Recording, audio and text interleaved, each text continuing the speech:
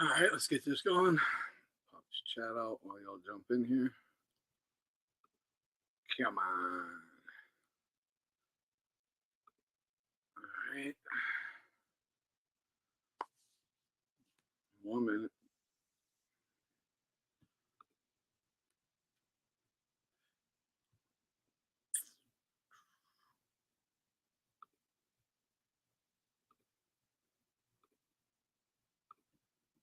All right, now we're good to go.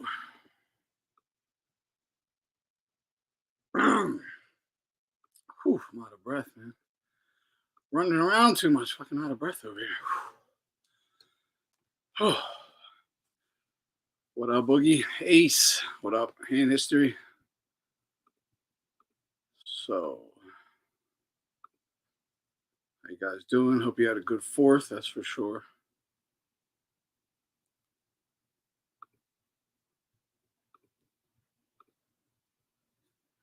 Okay.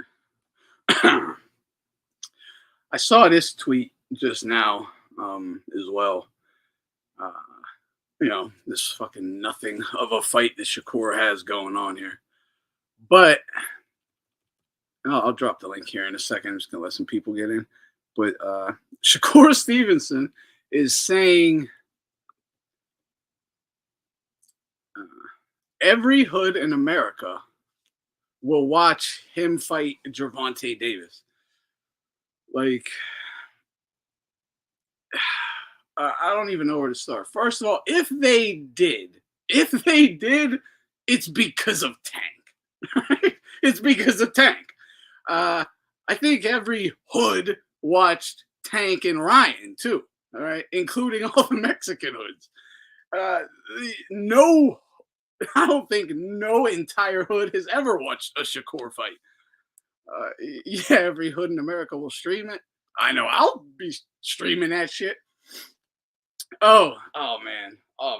I saw that dude Showbiz. He caught hell yesterday for saying for straight shilling. He fucking straight up shilled for like the zone PVC pay-per-view, whatever, the fucking industry, right? It was pretty sad to see. But he said, if you're not buying the pay-per-views, you don't have the right to complain that the best aren't fighting the best. Like if you're not paying $80 to see a showcase fight, you don't have the right to say Canelo should fight Benavidez, or you know what I mean? It's like, dude, that's crazy shilling. I never gave dude hell ever, honestly. I didn't know enough about him, but that shit was crazy. I know he likes to fancy himself a truth teller, right? Like he'll speak truth to power, is what I understand. But that shit was crazy because no, that's not true because I've been ripped off so many times that until you start serving me a good product, I ain't buying it. Like, I'll do the taste test. It's like a restaurant just served you fucked up food after fucked up food for like 5 in a row, then drops you one nice steak. So you're like, oh wow, it was worth it this time. But are you going to imagine the next meal is going to be, 1 out of 5 was good? Is your next 3? Are you going to really go to that restaurant and pay? Of course not, because you're expecting a shit product. Like once everyone starts, I'm doing the taste test. So once you start serving up good product, yeah, I'll pay for that, honestly. But you're crazy. You think I'm fucking paying for showcase fights, and these guys still like, fuck. Why are you pocket watching anyone? Number one, like, why are you shilling for a company that, like, dude, you want to be industry? Just fucking say I want to be industry. It's fucking ridiculous. But if that's the case, then do it. Don't act. You can't have one foot like in both worlds. Honestly, you can't like try to be friendly in industry, but then act like you speak truth to power, because we know now you won't, because that will disrupt that relationship, and clearly that's the direction you want to go. I'm just saying it all, like the yeah, don't advice, don't shill for these fucking people, man. Don't shill. Uh, I don't know enough about them, but women should be on a pound for pound. That's fucking insane. That's insane. They shouldn't even be fighting. They shouldn't even be fighting.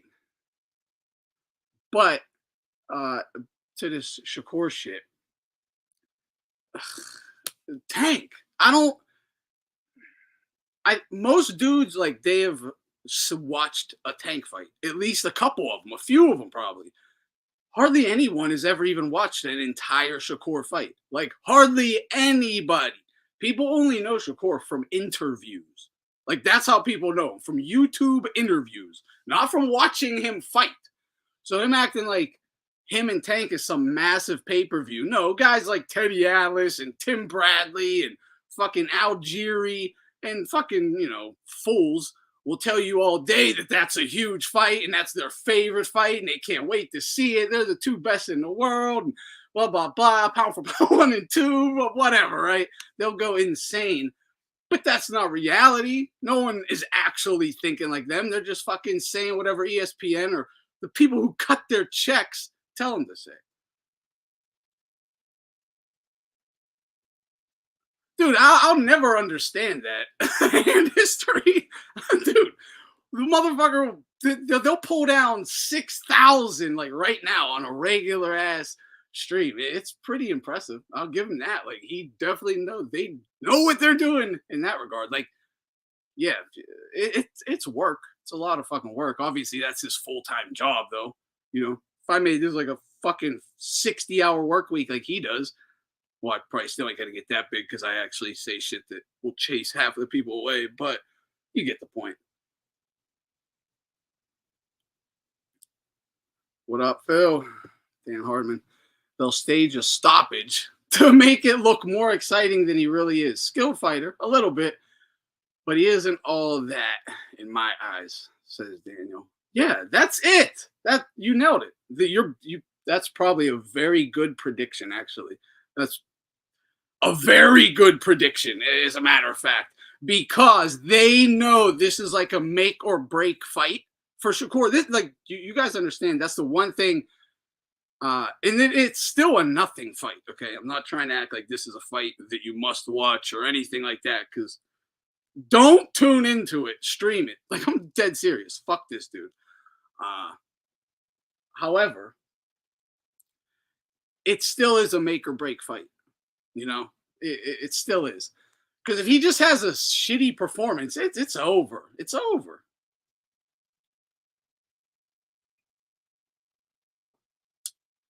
Yeah, that explains a lot, Iceman. But at the same time, what are you gonna do, right? Stream it. It's on pay. No, I don't think it's on. I think it's on ESPN Plus, and I have ESPN Plus. Like, but I have all the streaming services, and I don't use them. Not DAZN. I got rid of DAZN. J Prince fighters have to stay undefeated. Steve Kim. I mean, he could definitely get him. I don't know if that's. I don't think Steve should involve himself in that shit. I mean, if he could. Ryan needs.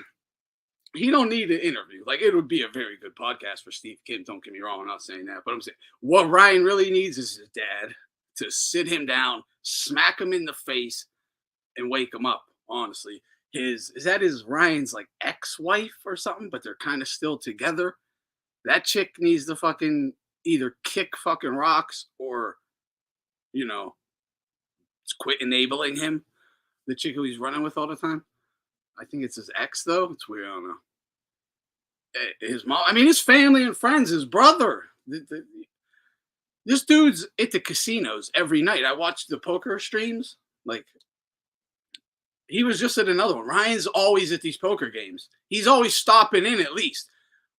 He's at the casino every night. That's where he's at. He's been there for a month. Different casinos, but he's at the casino every night for a month. You know what he's doing. He's going fucking nuts. Blowing mad blow, tons of hookers, gambling. He's doing it all. He's living it up. And that's what is expected of him. honestly, right? We all knew that this was coming. That is what the whole it harped me back thinking of like Sugar Ray Leonard and Duran, right? With him and Haney, not comparing them to them fighters, the situation in that Ray Leonard knew Duran after the win was going to go nuts. He was going to go nuts, start blowing all the lines, drinking all the booze, screwing all the girls, eating all the food. And in 2 months, he was as out of shape as Ryan is right now. Right? He's got a whole layer of fucking like sloppy fat all over him. In a month, like a month and a half or whatever it's been, very short period of time, he's like 200 pounds. That's bonkers. But the whole now add in their situation with Devin and Ryan. If Devin could jump on him fast if the suspension wasn't there, so he could have not pushed for that maybe and jumped on him fast. I don't know if that's quite would have worked out for Devin. It probably wouldn't have, but the year suspension, that is to give Ryan a year left to his own devices. He's going to be so out of shape. His reflexes will be dulled. His timing will be shit. And if he comes right back into a Haney fight and Haney spends the next year in the gym, day in, day out, working on all the deficiencies that got him beat the first time, because it wasn't the Austrian, but work on everything else, actually work on building up some power. Yeah, that will be a very dangerous fight for Ryan, and that is what the Haneys are planning. That's why they don't even want to come back. They want to just sit back, let Ryan crash and burn, jump in, and pick him when he's ripe. And be like, haha, we got our revenge. That first one should have never happened because of Osterine, blah, blah, blah.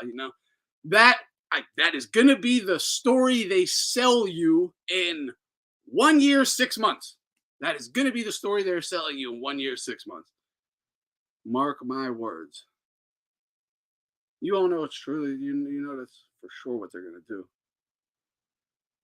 Devin will have to jab and hold. Yeah, I mean, he's going to stay on the back foot for sure. He's going to absolutely be on the back foot, just trying to walk Ryan into shit. But he still needs Ryan to dull his reflexes, to dull his timing. He needs Ryan to slow down, is what he needs. Because when Haney got hit with that first left hook, when he throws the jab, gets hit with the left hook in the first round, like the first big shot, and gets hurt, he was on the back foot, fighting that way, trying to just walk Ryan into something and jab him, run, do all that shit, right? But he still had to throw the jab. But when he throws the jab, he's leaving himself wide open. That's what I'm saying. It ain't the Austrian that got him beat. It's the fact when he throws the jab, he's not like, there shouldn't be any room. When you throw like this, you're a massive target. And someone as fast as Ryan is going to look at that as like, wow, thanks for just giving me your chin.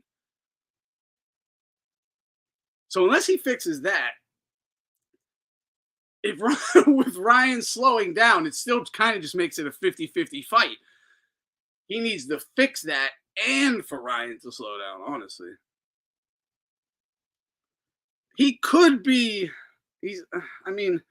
I think this is going to sound crazy, but I actually think Devin is better going forward than he is going back.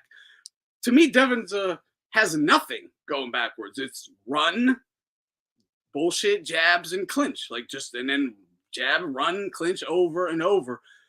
He don't really have much going on there. When you do come in, he'll duck below the waist, wrap you up. It's all nonsense, amateurish, local gym level garbage that should be taken out of your game when you're a kid. It's shitty tech. It's just shitty all around. But when he comes forward, he's better at least. But he needs to get on a power punching program to really get his feet under him, start turning those hips. He could add a little power. Because his punch technique is awful. That's the big reason why there is no power there. His technique is just fucking atrocious. It's all It's really all arm punches. It's all upper body and arm. He don't use like the he doesn't have a chain of movements that are in a fluid motion, like from the feet to the knees to the thighs to the ass to the hips, up the back into the shoulder blades, down the shoulders, and it woof explode with all that kinetic energy that you build from the ground up. That's why you don't have to be even fast, as long as the chain of movements is fluid and the energy from each movement is transferring into the next. The energy keeps transferring the whole way up you to your fist. Boom! But when you punch with the technique that like Devin Haney does, where his fucking knees clack each other and shit, all the momentum is killed right there. He don't turn his hips, so all the energy is nullified and killed again right there, and he's rebuilding it over and over again. So it's a fucking arm punch. If you taught the kid how to punch, he probably could punch. But he has horrible punch technique. Like horrible. His knees clack, for crying out loud. Like his knees literally touch inside. Like, what are you doing? And no one ever corrects this. The commentators will never say anything to put a little emphasis on his team. Like, hey, you might want to fix this, guys. You might want to fix this. Like every other fighter gets like valid criticisms if they are fucking making mistakes. But then you'll see a dude like Haney just look like shit, and they tell you he's fucking amazing. It's like, what are we talking about?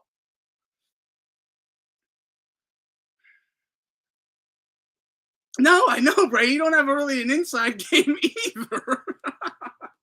He don't, but at least there's something happening. There's a little something happening. But no, his inside game is awful.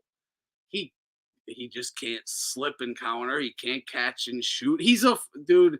He has no skills. I'm sorry. Like, he is one of the, out of the guys who are, I'm told, are elite and all that, he's by far the worst. By far the worst. Across the board.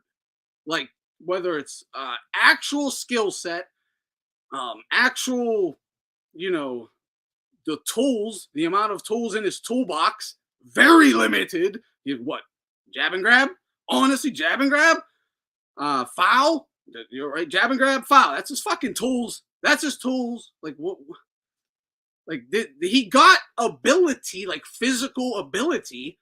He just has a horrible coach. Or coaches, whoever they have been. Because, look, and I bet he wouldn't be as chinny as he is. I don't think he would be as chinny as he is if he wasn't draining himself to be a weight bully, number one. If he was fighting guys his own size and used to it from a kid, not always thinking of himself as the weight bully and having to have that, I only fight littler men. If he had a proper fucking mentality and was taught to grow into himself and be a man and fight other, men his own size, and had technique. Like, if he had a good fucking coach, that's all I'm going to say. If he just had a good team, I think he would have been something then. He could have been something then, But really now it's all smoke and mirrors, dude. It's all smoke and mirrors. You're being gaslit to a fucking crazy level if you think this dude was ever pound for pound. If you had ever said Devin Haney is even top 10 pound for pound, I mean, first of all, you just don't know shit about boxing. Or you're extremely fucking biased or just very easy to gaslight. It's one of the three. Or it could be all three, right? But come on. You can't tell me from a technical boxing standpoint what this guy does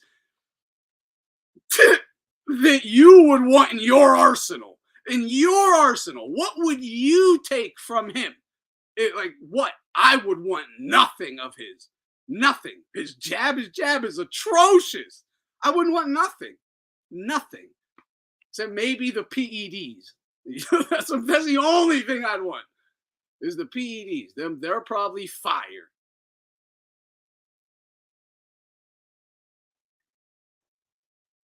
Oh, but what I was getting to was Haney. He does have heart. He has heart. Like I'll criticize him because, like, you know, uh, look. I can see someone saying no, he doesn't have heart because he only has heart when he's targeting guys he sees as vulnerable, right? Like little old guys, little old guys. All right, this is his words, little old guys, over and over and over. So yeah, he has balls then, right? Then he goes in with Ryan, but Ryan was a cherry pick gone wrong. Like, we have to acknowledge that Ryan was a cherry pick gone wrong. He's coming off a devastating loss to Ryan, and he's in the midst of like a crash and burn already. So they thought we can get one of the quote unquote four kings names on our resume, but it's the opportune time. It's like an asterisk, like we're just gonna pick him because he's super ripe. Well, that cherry pick backfired bad, but he still kept getting up. Like, I don't think he might not even have been aware. This is the other thing. He might have been completely out of it and not remember half of the fight and was just getting up on total instincts. That's very possible because he was concussed over and over and over. But he did get up. So, I mean, the kid will fight. I can't take anything. The kid will fight. You got to respect the hell out of that. When getting your ass beat, just progressively, just round after round after round, no quit. So, I mean, given a proper team, it's fucked up. Bill Haney's horrible. Bill Haney is horrible. That's what I'm coming to the revelation of. That dude fucked up so bad by trying to follow Floyd's so-called blueprint and using all the diva BS tactics that they used, because he had all the connections, all the money. He could have got his son preferential treatment and did it the right way anyway. But the fact he did it in this bullshit, like, weak, vulture-ish way, right? Like picking weak guys, paying the W, they're doing all the nonsense we know their whole fucking team is involved in, right? To get to a title shot and blah, blah, blah, all of that. They could have just did it the right way, and they probably would have made the same fucking money, but had respect. Yeah, maybe pride. Definitely possible. Yeah. I mean, yeah, for sure, right? For sure, it's the ego, right? I can't have this happen. Yeah, it's all intertwined. Yeah, you're right. I was thinking of this, right? I just said, like, that vulture mindset. Remember we were just talking about the guy at the gym. You're working out 6 hours. You've been at the gym 5-6 hours. You're dead. Like, you're dead. Literally unwrapping, you're fucking starting to take your gloves off and everything. Someone runs up, hey, before you do that, you want to spar? They were that dude just walking around the gym, just staying warm, watching everyone. That vulture dude looking for someone right for the picking, the bully. They never want to fight someone fresh, right? Like, they're looking, oh, he's super gassed and tired, and I should spar him right now. I can do good. His arms are 100 pounds, right? That guy, that is like the Devin Haney's, the Floyd Mayweathers. Oh, well, this guy's ripe for the picking. Oh, he's on a crash and burn. He's coming off a loss. Him and his coach are on outs. I know he's drinking and coking with that chick Shaniqua. I can jump on him right now and get the win. That's that whole pussy vulture mindset, right? I'm going and taking the fucking easy targets. It's so scummy. It's so not respectable. And it's just so bitch, right? But there's a flip side to that coin, and that is like the lion mindset, right? James Toney, right? James Toney walk into any gym in the country, any gym in the world, and be like, who's the fucking man in this gym? Me. That's who. You know what I mean? Line your punk asses up. I'm gonna fuck all of you up. That's a different beast. Like, line your punk asses up. I'm the fucking man, and I'm about to prove it to every single one of you who think I'm not. That, come on, come on. How can you fucking tell me that I don't give a shit if the dude comes from your neighborhood and has that vulture mindset? You can't tell me you respect him more than the lion. You can't. Like, stop. It's weakness. It's weakness. Well, that's like the chicken or the egg, right? Because yeah, I mean you're right. Ryan Garcia has a drugs and alcohol problem, not a mental health. I think it's the chicken or the egg, right? It's a bit of all of them, both, or whatever.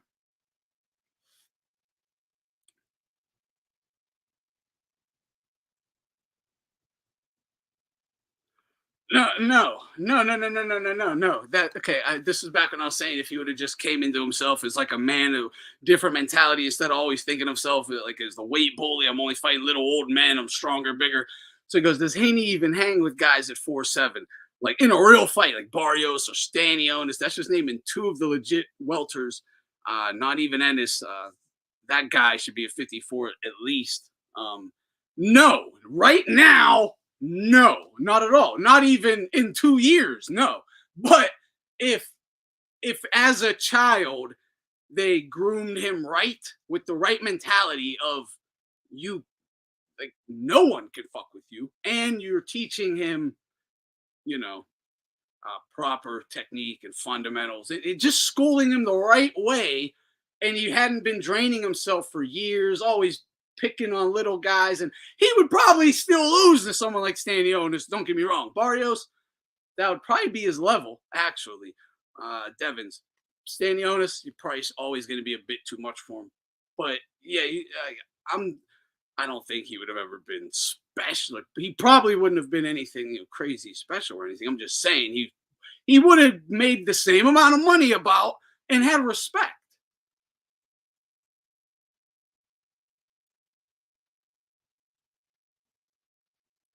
Foca? I don't even remember. I don't even know who that is. I don't even remember that, Hawker. Oh! Oh, I know what you're talking about. I think I do. The guy, he goes on BDA.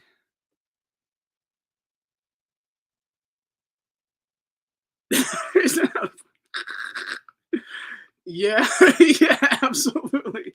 Absolutely. Yeah, I mean, you could always look at it that way. I'm just looking at it with just him, though.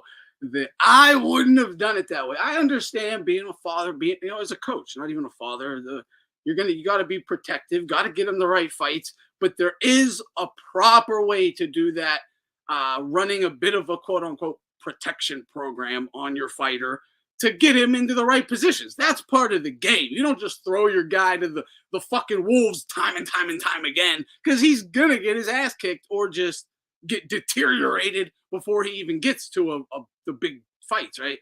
Protection program. But there is a way to build the guy versus respectable guys, respectable names at the right times in their career, where it is done with respect, to where you can respect the actual, you know, the fighters come up. You don't go and fight literal 20 churro salesmen, right? You don't go and fight 20 churro salesmen and field hands, okay, and get a WBC ranking. That's like you see what I'm saying? While being a massive alleged drug cheat weight bully, all right, fighting field hands and churro salesman. Like, no joke. Like, the guys in the little venue selling the churro, glove them up, throw them in with Devin. Yeah, it's ridiculous. Oh, yeah. Oh, man. Yeah, all those fights. I watched, dude, that was a long day of fights, first of all. I watched everything, all the boxing, all the UFC. That shit was going on till like 3 a.m. But I told you, I called it. Like, I called it. Just off of the face off. I swear to God, I called just off the face off. I said, I don't know, but if this guy is like coming to bring it, it's going to be a tough ass fight for Tio. I don't. Is he going to be able to pull through the adversity? I don't know. And it was exactly that bad fight. The first thing I got to say about that, Did Tio look deflated to anybody? Like that was as soon as I saw him in the ring, I'm like, yo, Tio just looks like deflated in every way. He didn't look as dynamic, as physically dynamic as yeah, was physically, he didn't look dynamic at all. He looked like the most ordinary fighter, did he not? He looked like Claggett. He looked like Claggett. Like, did he not look extremely ordinary and not like a dynamo? Because that's the one thing with Tio, right? What's supposed to be Tio's physicality. It's not Tio's skill set that wins him fights. It's the physicality and the quote unquote special effects, right? The dynamic, fast twitch explosions, blah blah blah. That's what kind of wins him the fights. And when he didn't have it, where was the power? Where was the explosiveness? Where was the speed? Nothing. He didn't like. He looked. That didn't even look like Tio to me. That didn't even look like Tio to me. Obviously it looked like Tio, but it looked like someone imitating Tio, man. He looked bad. Bad. I thought so. Did anyone? I haven't. I literally don't know what other people thought of this fight. I haven't paid much attention. I know I saw some comments being like, damn, Claggett, fuck dude's face all up and stuff. I saw that. But I'm talking about the Tio's performance.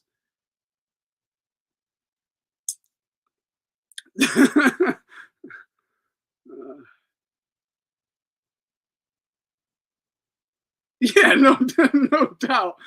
No doubt, right? But to Josh, Tio's special effects are retard moves. Some same combos, showboat moves, and upper body movement, the same upper body movement every time. Yeah, absolutely. But he was also much bigger than Claggett. And Tio also didn't even look as big as he normally does. To me, he was bigger versus Lomachenko. He looked much bigger versus Lomachenko. How? Yo, because all I'm really thinking is what happened to Tio, number one. And number two, if that is the difference between a clean fighter and a dirty fighter, like PED wise, like if that was Tio clean and say like Loma and Taylor is him dirty or something like that, because maybe he was scared to juice because of Ryan or something. I don't know, right? This is just a thought I had. If that was the difference, though, that is a crazy difference. Maybe they should be banned, right? But I don't know. I'm just saying the dude looked so deflated that's the only word I can think of is deflated. Everything, like if you had him on a video game 3 years ago and saw his whole like little bars of skills or whatever, his speed 94, his power 92, whatever, you just got to take everything down by like 20 points. It's like, what happened to him? What happened?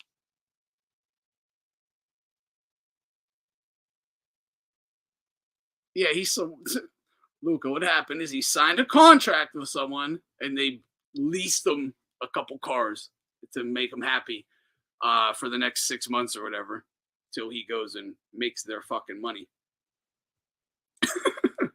Floyd's a hoe. Floyd is being pimped right now, bro.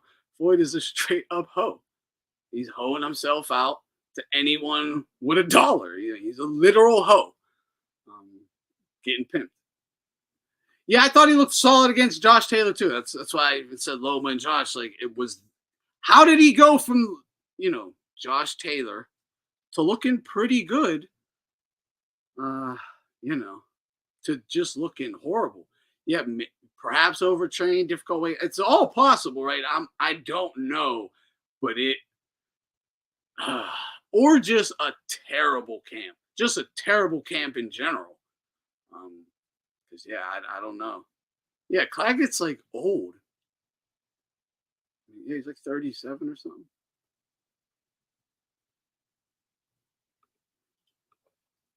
Oh, no. He goes, I do believe it's time to ask about Tio's power at 140. Last week, I had asked the question of who do we think hits harder, just as hard as you can. If you put them up against a power punching machine and they just got the tee off on it 10 times each, who's going to have the highest score, right? Tank or Tio? That was my question. I was thinking maybe Tio just because he's bigger, uh, a bit more, not a bit more explosive, but just bigger, really. But there's no question now. It is Tank. It is Tank. I don't care if that's a shitty camp or wait. And Tio didn't make any excuses. He didn't. He just this is also the difference, right? Tio just like the guy brought it. That was the one thing I saw with the face off was Claggett looked like I'm coming to kill you. And my son told me that Claggett said to Tio in the face off that there was a picked up on a mic. Claggett said something like, I've been waiting my whole life for this moment to Tio. I've been waiting my whole life for this moment. Oh, yeah, and with the way Claggett was looking at him and the way Tio kind of shriveled up, put on like the little boy smile and his eyes got glassy. I was like, oh, this is all bad. This is all bad. And it was. But, Tio, young enough pride, enough ego, fought through it. And the old guy couldn't sustain it. He just couldn't sustain it. Tio did start tagging him up. Never really hurt him too bad, but, starting to put the pain on the old guy, slowed him down. It was what it was. But that's not a good sign.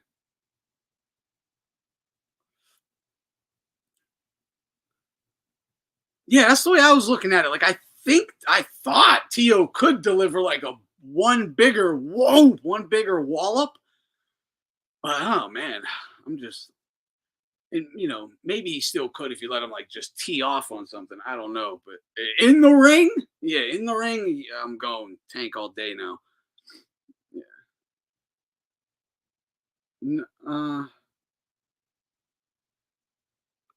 Yeah. I mean, I can see that argument. Because what do they say with Tank? I know all the criticisms with Tank. Drained. His opponents are drained. Old, small, drained. Blah, blah, blah. Yeah. Yeah, Ryan he's big, though. He's bigger than all of those guys as well. Well, not bigger than Haney, but he is bigger than naturally. He's a bigger dude than Tank and Tio. Yeah, actually, no, he is probably just the hardest puncher because Shakur and Haney are just as big as him, and they punch for shit too. So,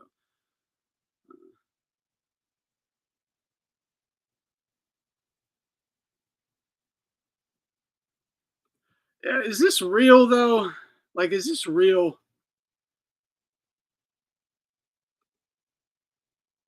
Oh, what up, John? I got your number. You can tell Jerson to give you mine, but I have yours. I got it.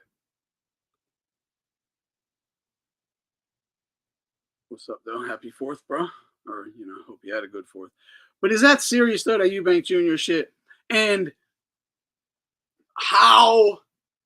Oh my god, man!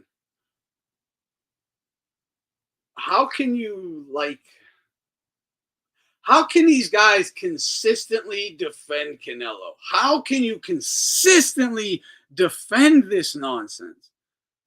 If he does that, and I'm not, it's being discussed in Michael Benson Twitter. That's nuts. This is gross. And I know there's going to be some Canelitas defending this. And you guys, do you understand? You've been having to, and I know because these guys have been in my channel for a decade. They've had to defend this same type of behavior 3-4 different times. 3-4 different times. It's so humiliating. How can you constantly fight for a guy who don't want to fight for himself? Like, you don't, oh my God. You're not Canelo. No one looks at you and thinks of Canelo. These people, I know, like I do was telling me about the guy who got the Canelo Alvarez tattoo on him, and he literally expects you to like envision Canelo when you see it. Like, dude, these people are fucking crazy, right? These people are crazy. Like, I like Canelo so much. Whatever he would do, I would do. Think of me the same as you think of Canelo. This is how these motherfuckers be thinking. Yeah, David hasn't activated his Mando. If I hear that ever again, if I ever hear that again, like Jesus, like hold on, who controls the WBC? Soliman. Who is he going to answer to? Numero uno, Nello. Like these guys have took people to court for 20 million, like for years. You think they give a fuck if he requests a Mando? Even David told you, they told me they're not going to do it even if I ask. Obviously, like, what are we, the Mando? It's so fucking foolish. It's such a cope. It's such a fucking cope. It's like, you know damn well your boy don't want the fight. That's why it ain't happening. You know that. So what, instead of just being like, yeah, my boy don't want to fight, fuck, that's fucking sucks. He's kind of making a fucking ass out of himself and me if I defend him for years, right? Instead of just saying that, they throw the blame onto another guy who clearly wants the smoke. Like, well, he hasn't done this. He hasn't fought him. He hasn't won this title. He hasn't. Oh, Mando. It's chill the fuck out, bro. It's two guys who obviously can fight. One of them obviously wants to fight. The entire boxing world only wants that one fight for Canelo. What are we talking about? Like, what are you harping on about? There should be no one defending this shit at all. Not one person. Because if you are, you're not a fucking boxing fan. You're a fucking Canelo dick sucker. That's all. It's fucking sickening. Because that is by far one of the best fights we can possibly get in boxing. That's what I don't think people get. It's about, it's going to be one of the most entertaining fights we can get. There's going to be all kind of, the pressers will be awesome. The build-up, that's going to be a fantastic fight. Why would you want to see, if you're a Canelo supporter, why would you want Canelo to do it years down the road? 1 year, 2 years, 3 years from now, or whatever, right? Why would you want that? Why wouldn't you want Canelo at his best, which is going to be as fast, like now? Why wouldn't you want him to fight him now? He's going to have the best chance to win, bar none. Every fucking showcase fight that Canelo takes before Benavidez is only going to up the chances that your boy Canelo gets fucked up, because he's only going to get older and slower. So if, it's like, are you saying he should just duck Benavidez for the rest of his career and never fight him? Well, if that's the case, then fucking retire, dude. Just retire. Give the belts up at least, because it's not about being the man. You're not the king of the hill. He's standing on the hill. There's only one guy coming up the hill, and you guys are in the stands being like, no, don't fight that guy coming up the hill. Make him go climb a different hill. You guys are fucking weak. You're fucking weak.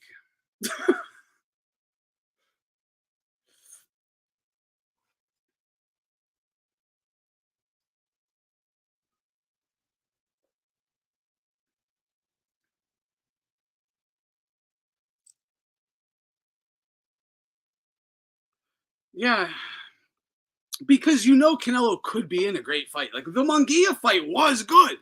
It was good. It wasn't the one we wanted, but it was still entertaining, right? Like it was still entertaining. And you know him and Benavidez, that's peanut butter and jelly. That's peanut butter and jelly. The volume puncher versus the counter puncher. It's gonna be fantastic. It'll be fantastic. Like, everyone knows I think David will win. But if you think Canelo would win, why am I like eager to see it? But I'm supposed to be a David, I don't fucking know, whatever, fanboy, whatever. But I'm very eager for that fight. It's the only fight I want to see for either of them. It's like, so why aren't the Canelo fans like that? They only make excuses.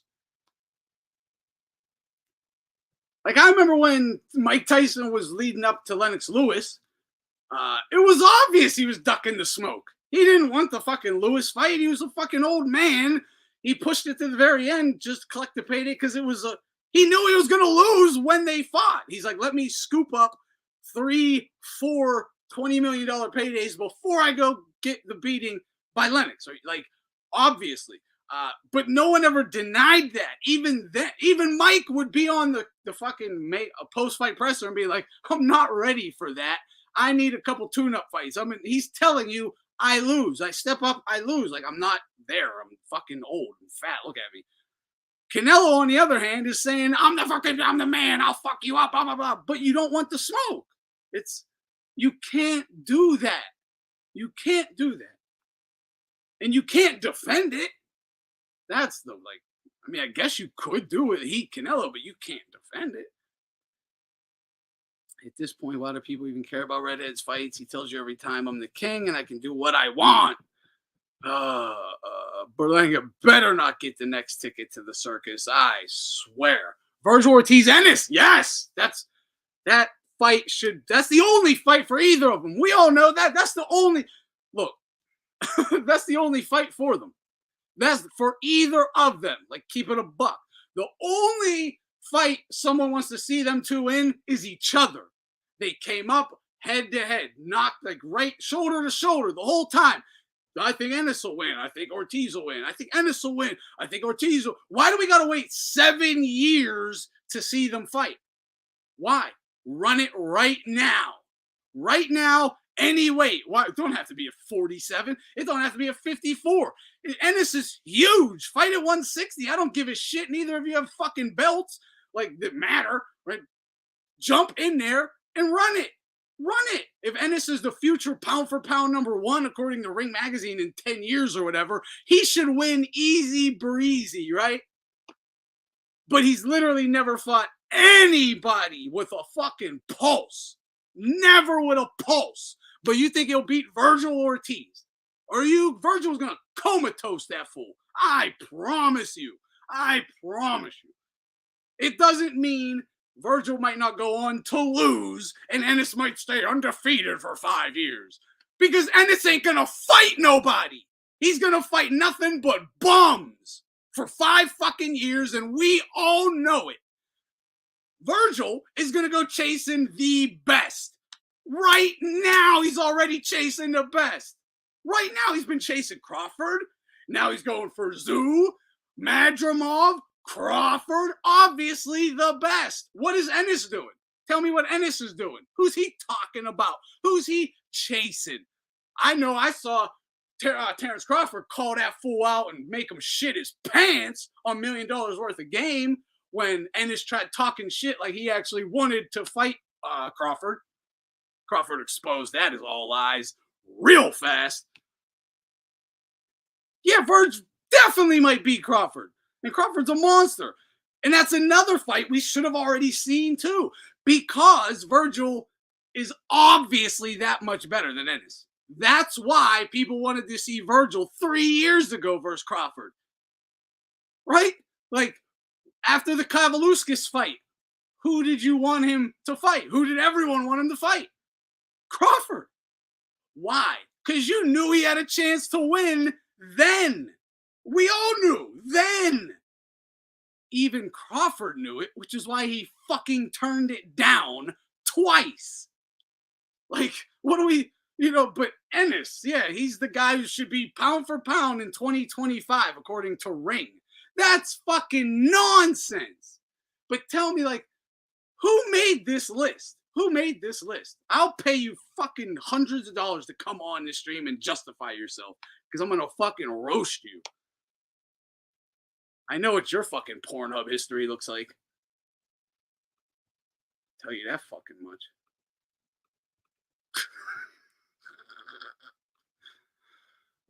These fucking people, man. I don't know. I'll drop the link. I don't know, man. Yeah, but yeah. I mean, I don't want to say he's horrible. He's horrible. Yeah, I mean, look, at 47, he's a problem. Okay, at 47, he's a problem. Right? Ennis is a problem at 4'7" for anyone there right now. No doubt about that. Because he's a light heavyweight. Okay? I'm not kidding. I'm not fucking exaggerating. I'm not being hyperbolic here. He's an actual light heavyweight. If he just came in at his best fighting weight, he's absolutely coming in fucking a $190, 190, 185 for sure. But he has to kill himself and to so-called make 47, right? I'll never believe it. I think once you watch, I bet the day you see Ennis actually fight someone that has any kind of clout, and if he has to make 47, like if he's fighting Crawford, let's say just for example, he has to fight Crawford at 4-7. So Ennis is actually gonna have to make 4-7, right? I bet he ain't wet at the weigh-in for that fight. I bet you he looks like death worn over, gray as fuck from a layer of fucking dead ash all over him. I guarantee you he ain't dripping grease and oil on a fucking weigh-in scale making 4-7. How is he the only monster weight bully who's drippy on the scale? Like, come on, man. Fuck out of here. And then you got people being like, yo, what? Hey, what's going on? Sorry. How you been? Good. Real quick before I get this off, before I lose my train of thought here. People talk about for like the corruption or whatever won't happen in the lower price. That's where it's very easy to happen. But they'll also say like in like a Canelo fight, right? Like there's too much money for the guys already getting paid too much money. Why throw the big money fight and blah blah blah? Because that's the fight where you can like hide under the radar. Because say like you come into Canelo, you're like, I'm gonna go down in the first 6 or whatever, or whatever the thing is. You and your guys bulk bet on a group of rounds. First stoppage, also you all bet pure stoppage, pure first 6. You can lay everything you have because it's gonna fly under the radar because no one's gonna pick it up because so much money is already coming in. You can't make like a quote unquote life-changing bet on like, that's why you see these guys at like Boston College, they get fucking nabbed because it's Boston College and you're putting $500,000 on it. Like, well, yo, and I was gonna ask you, man, because like I wish Usyk would have just retired, but like they're throwing him so much money, and he'll probably beat Fury again. But like, dude, that wasn't an easy fight. Like Usyk was getting, Usyk beat the shit out of him, but like, and it should have been stopped. It should have been stopped. No, but it got really tough. That was definitely. Dude, he was fucking him up. That was Usyk's hardest fight, though, man. Bro, but he won it. Obviously. But bro, I had a 10th round stoppage. That was my prediction, and like the end of the 9th round. I had a late stoppage as well. Yeah. Most people did, and bro, that was just dude. That was the most hyped I've ever been, dude. I was like. I was freaking the fuck out. I was like, dude, he's fucking gone. Like, oh my god, dude, that was so fun, man. Yeah, it was. It really was. And dude, the Estrada fight was sick too. Estrada versus Bam, like, that was a good one. That was a hell of a fight, man. Hell of a fight.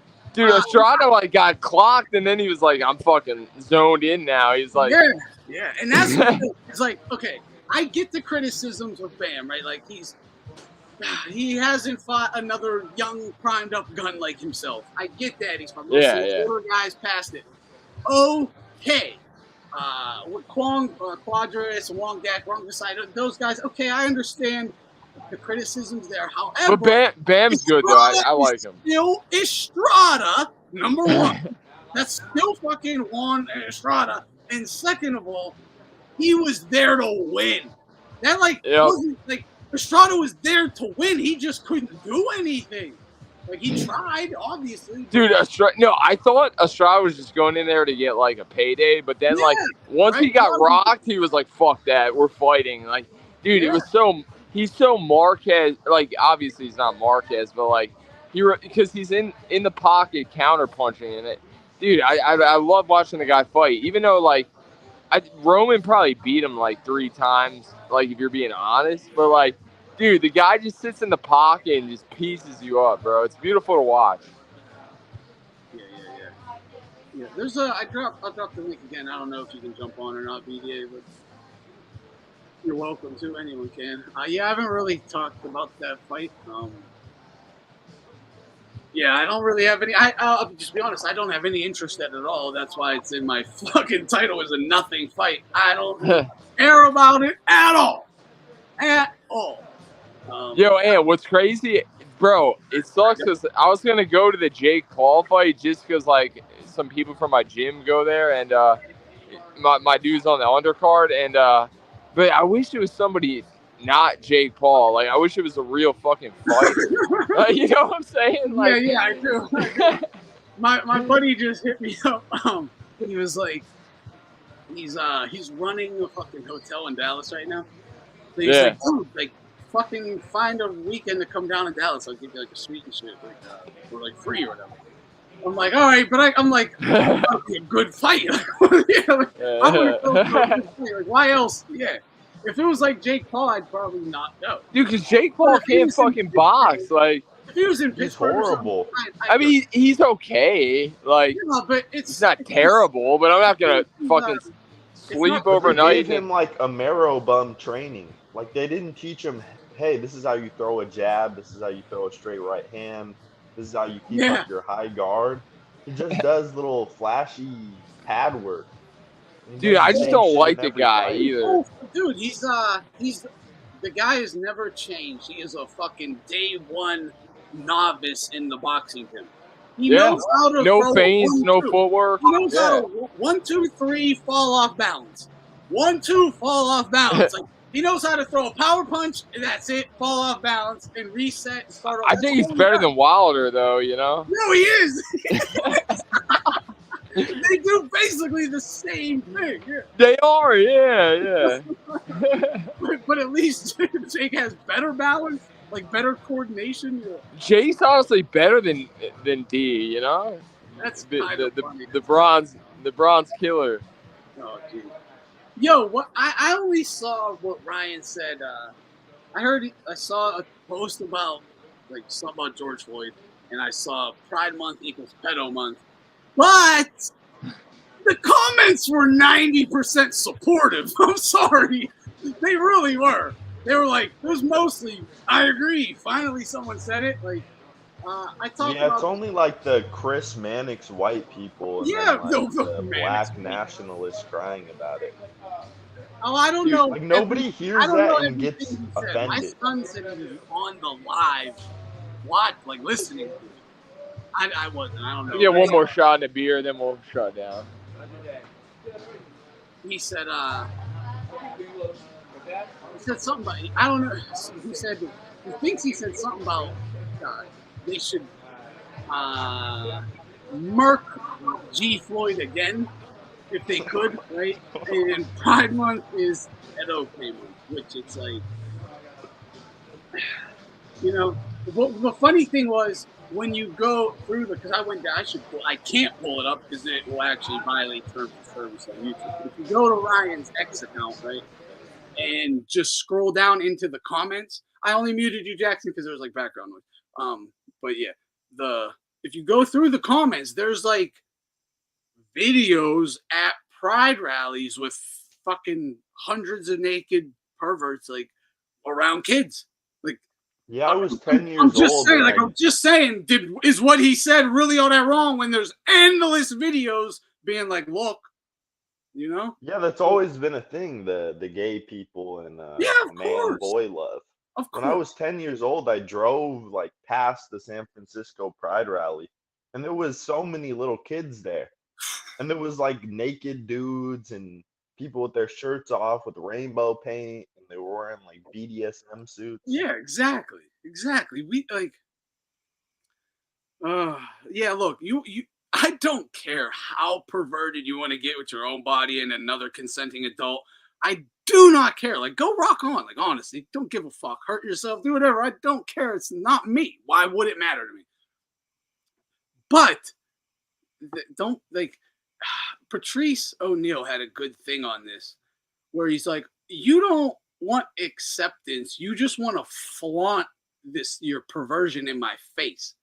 He's like, he goes, I like pissing on bitches. This is what he said. He goes, if I like pissing on bitches, I want to walk around with a yellow flag and tell everyone, you got to fucking respect me and acknowledge that I am allowed to piss on bitches. Like, what? It sounds ridiculous. And it's really what it is. And there's a deep undertone of the other stuff. Obviously. Yeah, it's always been completely There's a reason degenerate. It's not like one guy, another guy, and they love each other, and they're just like the straight people next door. It's like, no, they have like 500, sexual partners. Yeah. Yeah. Yeah, they're fucking littered with fucking viruses. Yeah. Like straight up. I knew a girl, like a LGBT chick or whatever. She had it wasn't HIV, something like that though. What the fuck it was called? Maybe it was that. I don't know. But yeah, she had like a life fucking altering thing. And it's like, that's a girl. That's a girl. Yeah, well, I mean, that probably happens if you go to those, LGB parties. Yeah, I'm just saying. Yeah. I heard it was also like, men's. I heard it's also Men's Mental Health Month, like Pride Month, Men's Mental Health Month, which it seems like almost like they did that on purpose, right? Yeah. You know what I mean? Might be like the All Lives Matter kind of version. It's like, oh, it's our month too, Yeah, not BLM, ALM. There's what the fuck? You made me do a spit take, bro. There's a new fungus ringworm in Texas due to men on men. That's insane. That's kind of funny though. Well, that's where the monkeypox came from. It was like a big gay party in Europe with like thousands of gays. Yo, Ant, I was gonna ask you, can you guys hear me? Yep. Yeah. Bro, so like it sucks because like I live in Orlando now just because like I got a real big job opportunity, and my boxing gym's right across the street from the bar, and dude, I always feel like shit because like I'll get fucking hammered, then like train for like 5 hours the next day, and but it's like a bad look, because we have like really good fighters, and they don't drink or anything, you know what I mean? Yeah. But dude, some guys can do it. Like they can get fucking hammered. Hold up. That shouldn't matter at all. You do you, dude. Like, they don't give a shit. I promise you that. They don't care at all. Why? Like, and if they do, then that's a conversation to have with them. Like, why do you care? I work out, I have fun, and I play hard, I work hard. And dude, I was sparring this 19-year-old, this youngin', dude. This kid, he rocked me, so I had to put him in his place, I was just fucking so exhausted, man. Like, but dude, I taught him a lesson, So. Yeah, just don't. And when it's light sparring, like. Don't go to a gym fucking smelling like alcohol or anything, though. Please no, don't. dude, 100%. That's why, like, it's 4th of July weekend, and I made some money, so I'm kind of like. They let me off early, so I'm just at the bars. Probably gonna go surfing in a little, but not too hammered. But you know how it is. Yeah. You said it sucks. I live in Orlando or something. It's fucking Orlando. Dude, have fun. I thought I wouldn't like Orlando, but dude, it's actually, dude. There's so many fucking hot chicks, bro. Like, I mean, but they're everywhere. You know what I mean? Yeah. There's no shortage of hot fucking girls. What type? Like the Latinas, or is it a bunch of white girls, or what's the deal over there? Bro, when I'm prospecting, none of Latinas in Florida. Bunch of various types. They're definitely all there. Yeah, in SoCal, there's like the Mexican girl area, the Asian girl area, and the white girl area. It's not like a Wait. Say blend. it again. In SoCal, there's like Oh. cities, all Mexican girls, all Asian girls, or all white girls. Wait, the whole city, or the city is Pretty broken much. into It'll like be quadrants? like one city will be like Yeah. Okay. 70% Asian, and another one Yeah. will be like 90% Mexican. So everyone still self-segregates. Yeah, pretty much. Okay. Yeah, that's so if you find your type, just put like your search results for that area. Yeah, pretty much. That's funny. I definitely be hunting with the Mexican guy.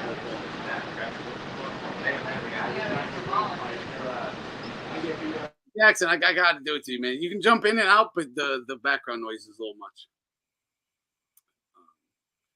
I take it you're at work, right?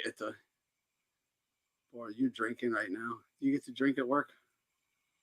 I bet you do. I bet I even don't if you're not allowed, you still do it.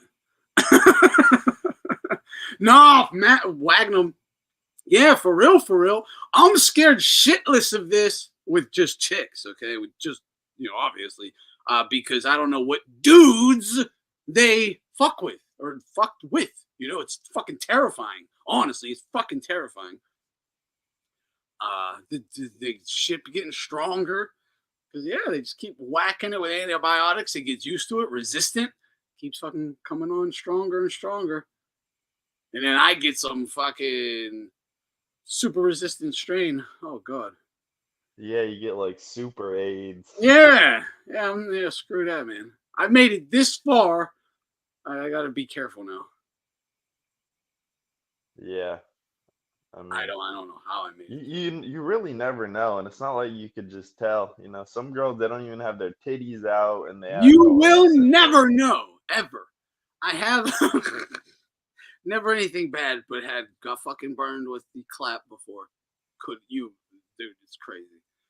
I mean, like I know exactly what came from. Never ever would have imagined it. Yeah, it's always that way. But they all, because I told her obviously, but she denied it. But whatever, I know where it came from. But they can have it and won't know for fucking a year. That's scary. Yeah, exactly. But yeah, I mean, generally my rule is that I don't even look at girls at parties or try anything at all because if a girl's at parties every week, it's like, oh damn, she's always in a fucking bikini. It's like 65 degrees. Yeah, I'm good. Oh, that shit's dripping. Oscar De La Hoya says there is no room for hate or intolerance at my company, period. I condemn Ryan's words in the strongest terms possible. I see that he has apologized, and that is a start, but it is only a start to earn back the trust and respect of those. All right, this is some PR bullshit. Yeah. He He should have to just talked about black people and Muslims. He shouldn't have included the gays. Well, he can. Oscar just has to say this that way. Like if B Hop's trying to sign a black fighter to Golden Boy, he can be like, "Look, honestly, let's keep it a buck. Like, look, no, our company don't stand for that. It's like, why would you care if it brings in money? And one thing I will say, this is only Ryan's Oscar's only moneymaker. Exactly, and this is only gonna build the fucking desire to see him fight more, because more people want to see him lose or win. But it's still only gonna hype interest because, first of all, let's say he fights Devin in a rematch for his first fight back. They fight each other first fight back. They can bring all the race stuff up. They can bring all the religion stuff up, all the drugs, all the peds, all the alcohol, and they can bring it all up. Do you know the fucking shitstorm of attention that would get? Like that it would be crazier than the first fight. Oh yeah, for sure. In the first fight, everyone was looking like down on Ryan, like, oh, look at this retard, I heard BDA talking about this this rematch, and I was like, yeah, it'll be watched by many, or bought by few, streamed by many. But as I'm like, it's obviously going to be bought just by a higher percent. It's gonna sell more than. It'll be a huge pay-per-view. Not huge. I'm talking huge by today's standards. Like it might do like 400,000 or 500,000. You know, a good solid, might 6, 7 if they put it on like a Mexican Independence Day or something, right? But yeah, it could do good. And I don't think it's gonna break 1 million ever. Not in like this fucking era. It's not happening. I don't think the Ryan and Tank fight really did the numbers they said it did. They're lying. They're always lying. They're all. This was a like big maybe thing. 700K, but this was 1.3 mil. That's all. No, that's a crock of shit. That's a crock of shit. I truly don't believe that. Like this is the thing where that Showbiz Shilling came from, because he was saying that he was in the quote unquote war room and he knows the numbers, and they're 400,000 of Tank versus Frank Martin, right? First of all, the only motherfuckers who are going to know the numbers are like 2 guys at the top, and you ain't even in the top fucking 50. So you don't know jack shit unless they tell you this is what they want you to know. Like, this is what we want you to say. Like, the 2 guys will be like, yo, what were our numbers? 220. Fuck. All right, when we go out this office, it was 400. Tell everyone 400. That's how a business works, you asshole. You don't fucking, like, you think, like, you know what I mean? Like, how are you going to develop motivation? Like, this is just common business tech. Like, they're not, and then the whole company is going to be spouting 400 because that's what the guy who actually did see the number when it said 220 told you. Yeah, like, and all the Tank fans. There's no reason to put your numbers. credibility as a truth teller or whatever the fuck you want to be like. I stake my credibility that PBC wouldn't lie to me. Like, you're a fool. That's clown shit. That's fucking clown shit. Yes, they would, and yes, you would lie to every fucking subscriber you have for $1 as well. So shut the fuck up. It's fucking ridiculous. With Showbiz, I feel like they could have just made him feel like extra special. Like he didn't even have to know he's lying. That's all they called him. Why send him a text once a day, bro? I promise you, that's all they fucking did. I'm in the war room. Like, God. Yeah, some random exec like buttered him up, and then they slid him fake numbers, and he's like, "Yeah, I was there." Hi, Neo. It wasn't even no random exec. There was a fucking. Hi, Neo. It was just some dude who fucking works for the company. Maybe like L or B or something like that. Hello, Neo. What up, Brandon? You fucker. I caught it quick. Yeah, it was going downhill. I know you're backstage. I just saw fucking a naked dude. Like, I didn't see any private parts, but I saw half and I saw from waist up naked. I'm scared to fucking let you on now, buddy. He thinks he was doing the Hunter Biden. Who, Louis? He thinks he's a Zionist supporter because he dislikes Muslims. I don't think he thought. Who are you talking about? Who dislikes Muslims? I mean, a lot of people. I'm just asking who. But like you're talking about.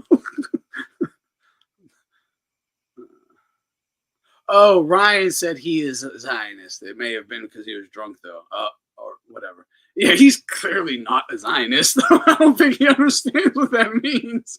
Yeah. Everything he said, every other thing he said is the complete antithesis. Yeah, it's the complete opposite.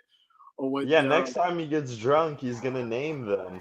Yeah, exactly. Mom, how can you kick me off of saddle boxing? Sorry. Let him shadow box. Oh, cool. What up, Outlaw? Thingy links in the chat. If you want it, I'll drop it. Who's the greatest? Ali or Floyd? It certainly ain't Floyd. And Ali will always have a claim to that spot. So give the man his fucking respect. But I know that's Max fucking around anyway. But relative to these Amero bums, Floyd is the GOAT. I mean, if you're comparing him to like Shakur, if Shakur is number one pound for pound, then Floyd's the GOAT. No, you know what? That makes absolute sense. Out of Amero bums, Floyd is the GOAT. Like, no doubt about it there. No doubt about that. That is fucking hilarious. Out of Amero, like, so if only Amero bums, I never looked at it this way because I don't think like that. But if you only fuck with Amero bums, Floyd is the GOAT to you. Like, yeah, because you see a lot of these pound for pound lists. I think it's that simple. That makes perfect. I don't know why it just clicked like that to me, but it did. It's funny. Yeah, you see a lot of these pound for pound lists that like these like blackety black guys making. It'll be like Crawford 1, Tank 2. Yeah, fucking because that's 4, all they know. It's all they know. Shakur 5. Yeah, and that's holy shit. And Usyk will be like 11 or something. And they'll hate him because that's the one white dude they know. And so he like receives all their hate because he's the threat to what they love. Yeah, that's why Inoue gets so much hate. Yes, exactly. Exactly. That's why like Golovkin got it, why Manny got it. This is all reasons why. Holy shit. And these guys are like amazing fighters, and they're so entertaining. Like they're not running away. Yeah, oh God. Like, I'm sorry, Amero bums have no place in boxing right now. Not one. Not one. Tank is the only one who has a possible claim, but he has to fight Loma next. That's his only chance to even and he has to beat Loma to even get in the conversation as far as I'm concerned. Because he still don't belong there yet.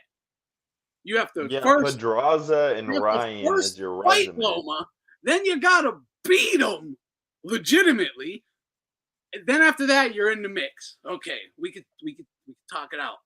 We can figure it out from there. But you are so far behind the 8 ball from fucking half a decade and some change of ducking that you have tons of catching up to do.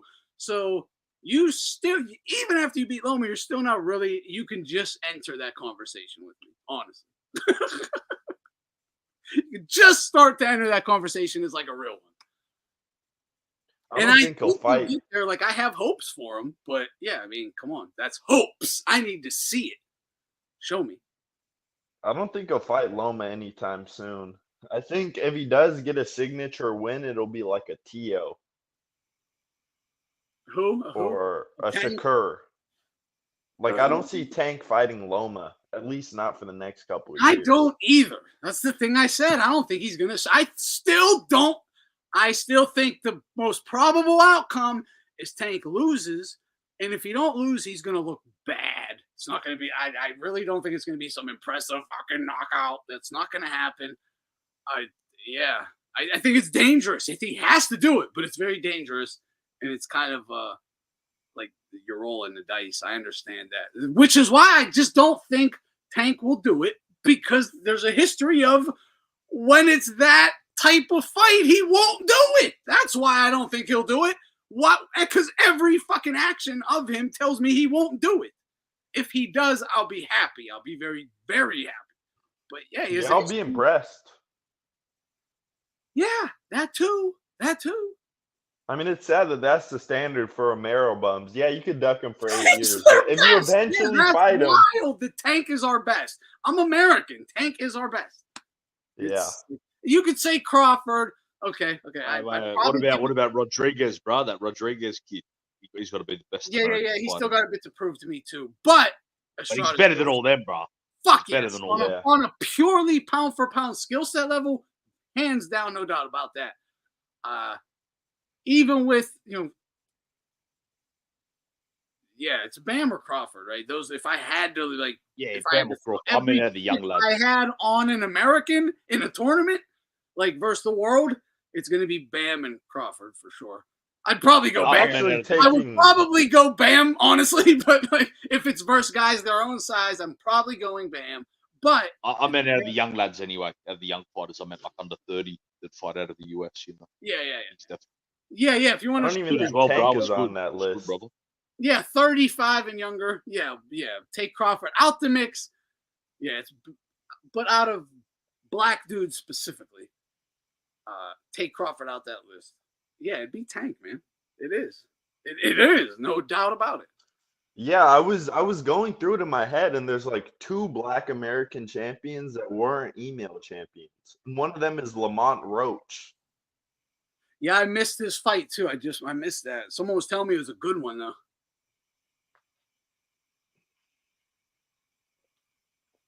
Yeah, I missed that one sadly. Between Loma and Zepeda, Tank will obviously choose old Loma. Yeah, I like Yeah. Zepeda, but Yeah. No, you're probably right. I don't know. No, I don't know. I don't know, man. I think he actually has a better chance of getting Zepeda up out I of don't there. know about that. I think Cepeda's style. I haven't seen that much of Cepeda, but I think his style's still less. Yeah, just the he's less gonna of a come problem, forward. He's gonna throw punches. Tank will tee off on him like that. I actually think that's a much better. Loma just makes you don't touch him. Like you might hit him to the body. You've never seen him quote unquote hurt to the body. So he don't like it to the body. Yeah, but you've never seen him hurt to the body ever. And he'll willingly take that because he's not gonna let you fucking touch his chin. He's staying really tight and he eats all them body shots. Like maybe Tank could get him up out of there. I don't know, but according to everybody who fought Tank and felt Tank, he's not a fucking big puncher.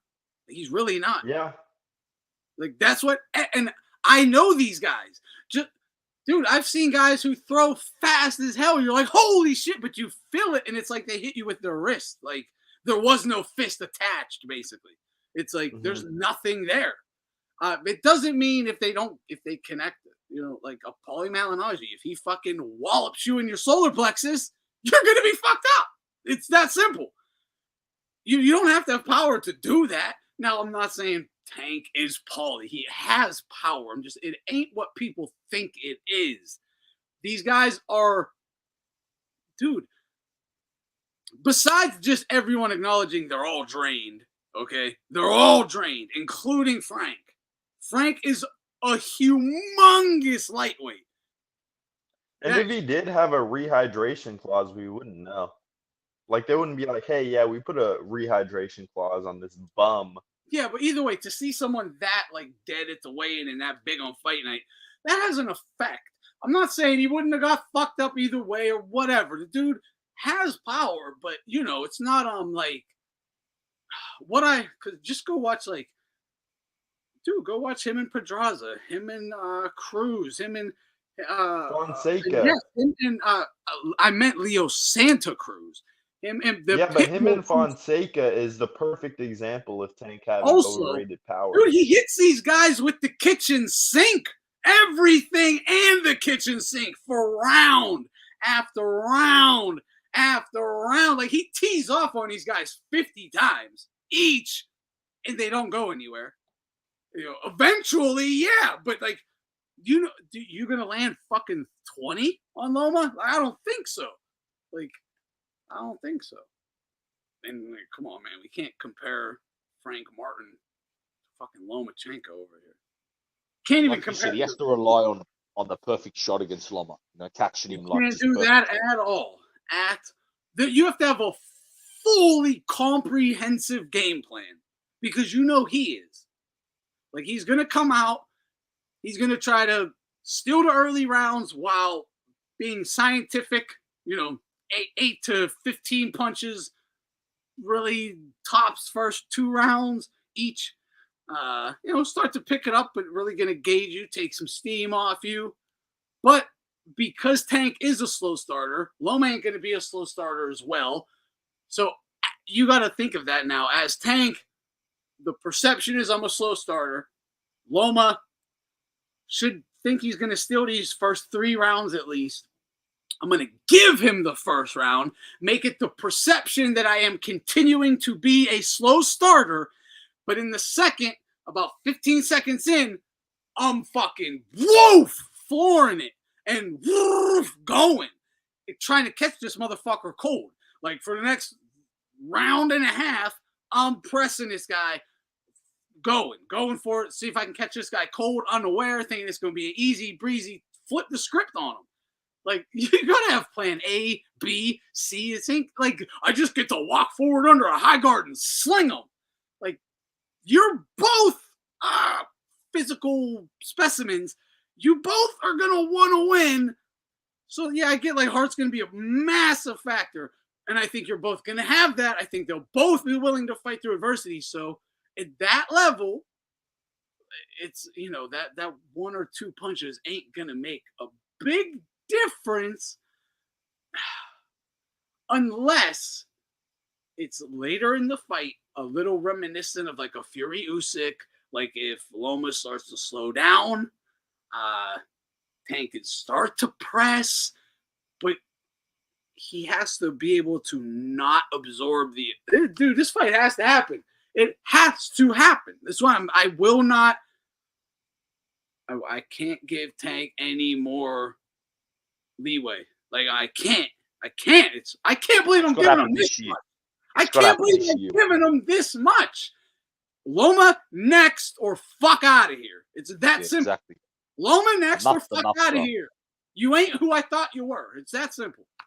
Yeah, the time's now, lad. Enough is enough. This guy's fucked around too much with his career. It's time to get this right now. And you got he's fucking old as shit, and he's still, he ain't the Matrix.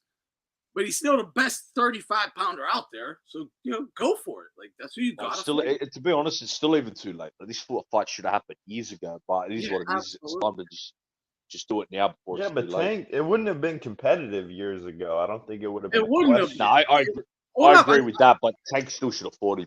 Look, I've addressed this numerous times, and this is the thing, right? It wouldn't. Everyone understands. He would have got his ass whooped back then, no doubt about it. It is the most competitive now that it would have ever been. However, for the last half a decade plus, the guy's been saying, and all his guys have been saying they'll fuck Loma up, okay? Exactly. That's, if you would have just been like, that guy's a little older, he's a little more experienced, blah, blah, blah. I need a few more fights. We'll get there, though.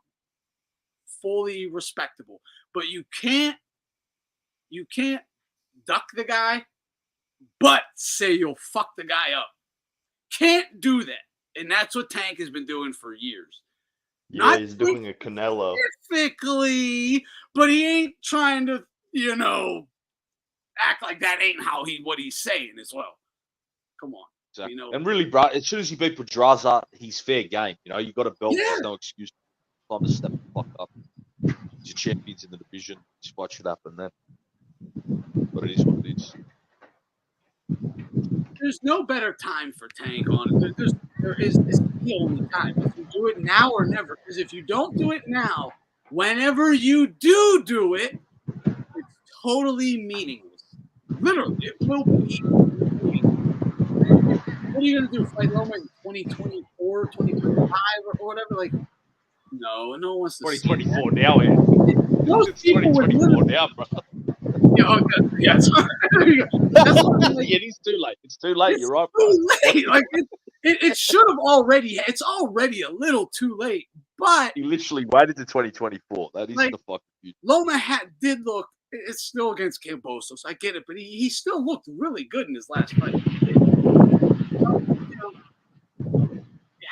They're saying, there was a tweet or whatever, an Instagram thing. They're talking about November. End of November, maybe it might be happening in Saudi. It's possible. It's possible. If it's in Saudi, I'm betting the house on Loma. Because Loma's not going to take a dive in Saudi. The judges aren't going to rob him in Saudi. The ref isn't going to be sucking off Tank in Saudi. So, to me, that's not even a question. And, it's not like Tank and the Turkey Al-Rashid or whatever has a great relationship or something. You know what I mean? In fact, I was a little nervous of his relationship with Tyson Fury. And, Usyk didn't get jobs. No, he didn't get jobs. He kept it legit, so, yeah. And Tyson Fury was holding his hand. The only fight I saw that really had bullshit over there was Dubois. Yeah. That's really it. And it wasn't the war. It was the fouling and the ref allowing it. But I'm sorry, Mike, I just had to mute you. The wind was blowing. But apart from that, I can't recall much that was like, And you know why I think the Dubois fight was that I think that just happened the way it did because no one gave a fuck about that fight, so no one cared if he beat it or not. You know what I mean? Like, no, you're probably right. Yeah, you're probably right. Like, who gives a fuck about that fight? You know what I mean? Like, and even in that fight, at least Hrgovic came to win. Yeah, like, he was clocking him with the right hand. It's not like he just, Dubois hit me with a couple big shots, time to quit. No. Yeah, it wasn't like, yeah, you're right. Yeah, it's not like either of them were told, go in and lay down, or this is the plan. Like one of you were winning, one of you aren't. It's up in the air. That's very like he wanted Wilder Joshua twice, and Wilder lost both fights. That's right. Yep, that's very true. Yeah, very true. And they put Wilder in against two opponents that were stylistically hard for him. They still made them. Yeah, okay. This is a good point. It's a good Wilder and Jen. Something to talk about here. Good thought. Tank's team won't allow the fight to be outside of Vegas or per se, let's say America, just to keep it, a little, whatever. At least in America, they will also have the 3 American judges, ref, blah, blah, blah. Like Haney did the Loma. See, I agree. That I know, right?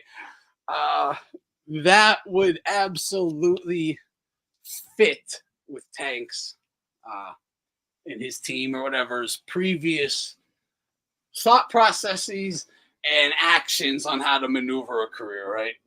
Like there's no way they would go fight in a foreign land with, just on a completely level playing field, right? No weight stipulations, just you and the dude at your best weight, neutral judges, neutral ref.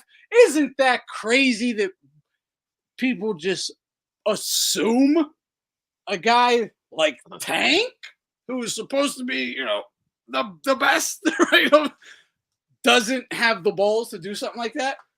It's like the fact that you have to actually have balls to just have a legit fight. Isn't that kind of nuts? Like, I won't fight you unless it's not a fair fight. I won't fight you in a fair fight. Ryan Garcia, right? Like, I won't do it. Nope. Geez, Loma, fair fight. Oh, fuck that. Like, no, like, that's crazy.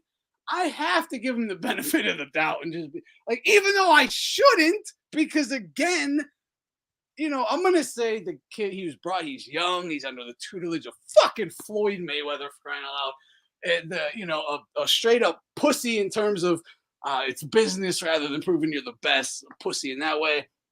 And he has no balls. He's definitely cowardice, but whatever. And like so you're looking, like, you have Floyd, who's kind of like an idol to you, but telling you to do all this pussy shit. I'm not quite sure if Tank was with it. Because he might have been like, fuck you, Floyd. Like, I don't want to be looked at like you. I do want to fight the best. But if you wanted that, then why did you put them weight stipulations on Ryan? Honestly, why? It's not your team.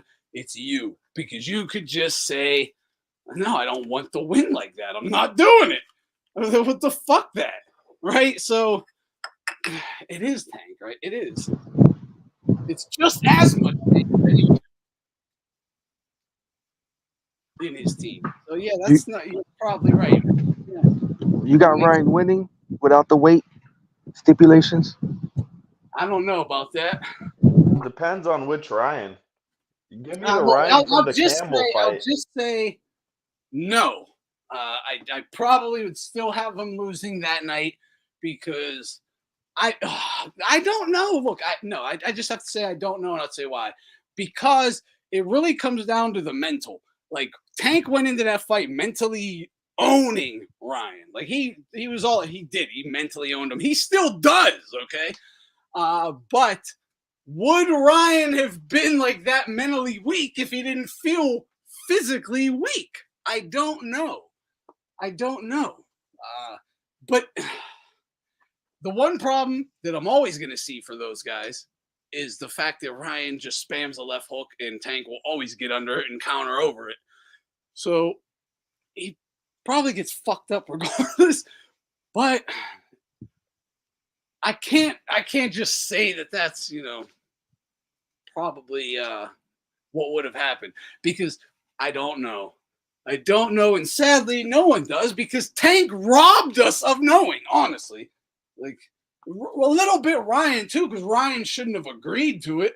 But Ryan's a bit of a fucking, mental case.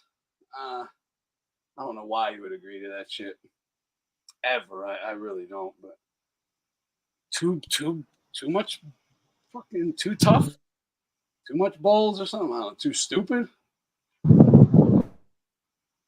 I would take Ryan from the Luke Campbell fight, but I think after that, he hasn't really seriously trained. He hasn't been like a real boxer. Like, even in the Haney fight, I don't think that guy was training. Like, he was partying with like random hoes, Dude, Ryan hasn't had a training camp in years. Like, an actual training camp in years. Yeah, he hits the spring bag in his room and he's like, yeah, Yes. I trained. Yeah. He hits the mitts for like 20 minutes and he's like, chill. Yeah. Yeah, he brings like, his dad over to his house and he does some like Instagram combinations and he's like, yeah, I'm good for the day.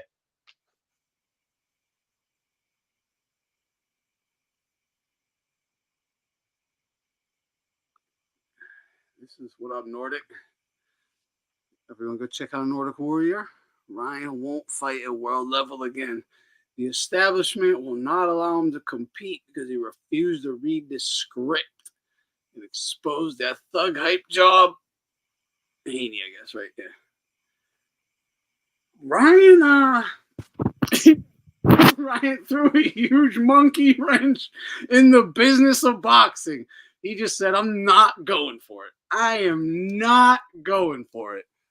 I don't think that there was like an agreement, like, Ryan, you got to lose this fight, blah, blah, blah, to Ryan. I do think everyone else around the fight had an agreement. Ryan is supposed to lose this one, and we're going to stack the deck in like every fucking favor imaginable to try and make that outcome happen. And he overcame all of it. He really did. First of all, to beat the fuck out of hype job, marrow bum. I don't even call it. It's like it's not even. It's the way in which Haney was built up on all fraudulent grounds. That's really what I just do not respect about him. It's like everything that is wrong with boxing. Everything that is wrong with boxing in my mind, this fucking kid epitomized and used it all in his favor to compete with guys he had no. I agree that Devin Haney's a weight bully. That's why he be looking like a skeleton. Yeah, I don't think he made 35 that many times. I think most of his scales are rigged, including the Ryan fight. Yeah. Like I'm saying, I agree. It was very clear Haney was supposed to win that fight. Ryan was simply too unpredictable. Haney was supposed to win that fight hands down. And Ryan was a cherry pick gone wrong. He really was. He's coming off a devastating loss to Tank. He's on a downward spiral of drugs, booze, gambling, women. He was already on this spiral. Like the Haney fight was in the middle of his spiral. It's not like this started after Haney or something. He was already going all downhill. You want to see a rematch? I mean, me personally, I'd like to never see Haney ever again, honestly. But if he's coming back, yeah, Him and for sure. Because I think it's circumstantial, right? If Ryan can get his fucking shit in order, if Ryan can get his shit in order, I guess.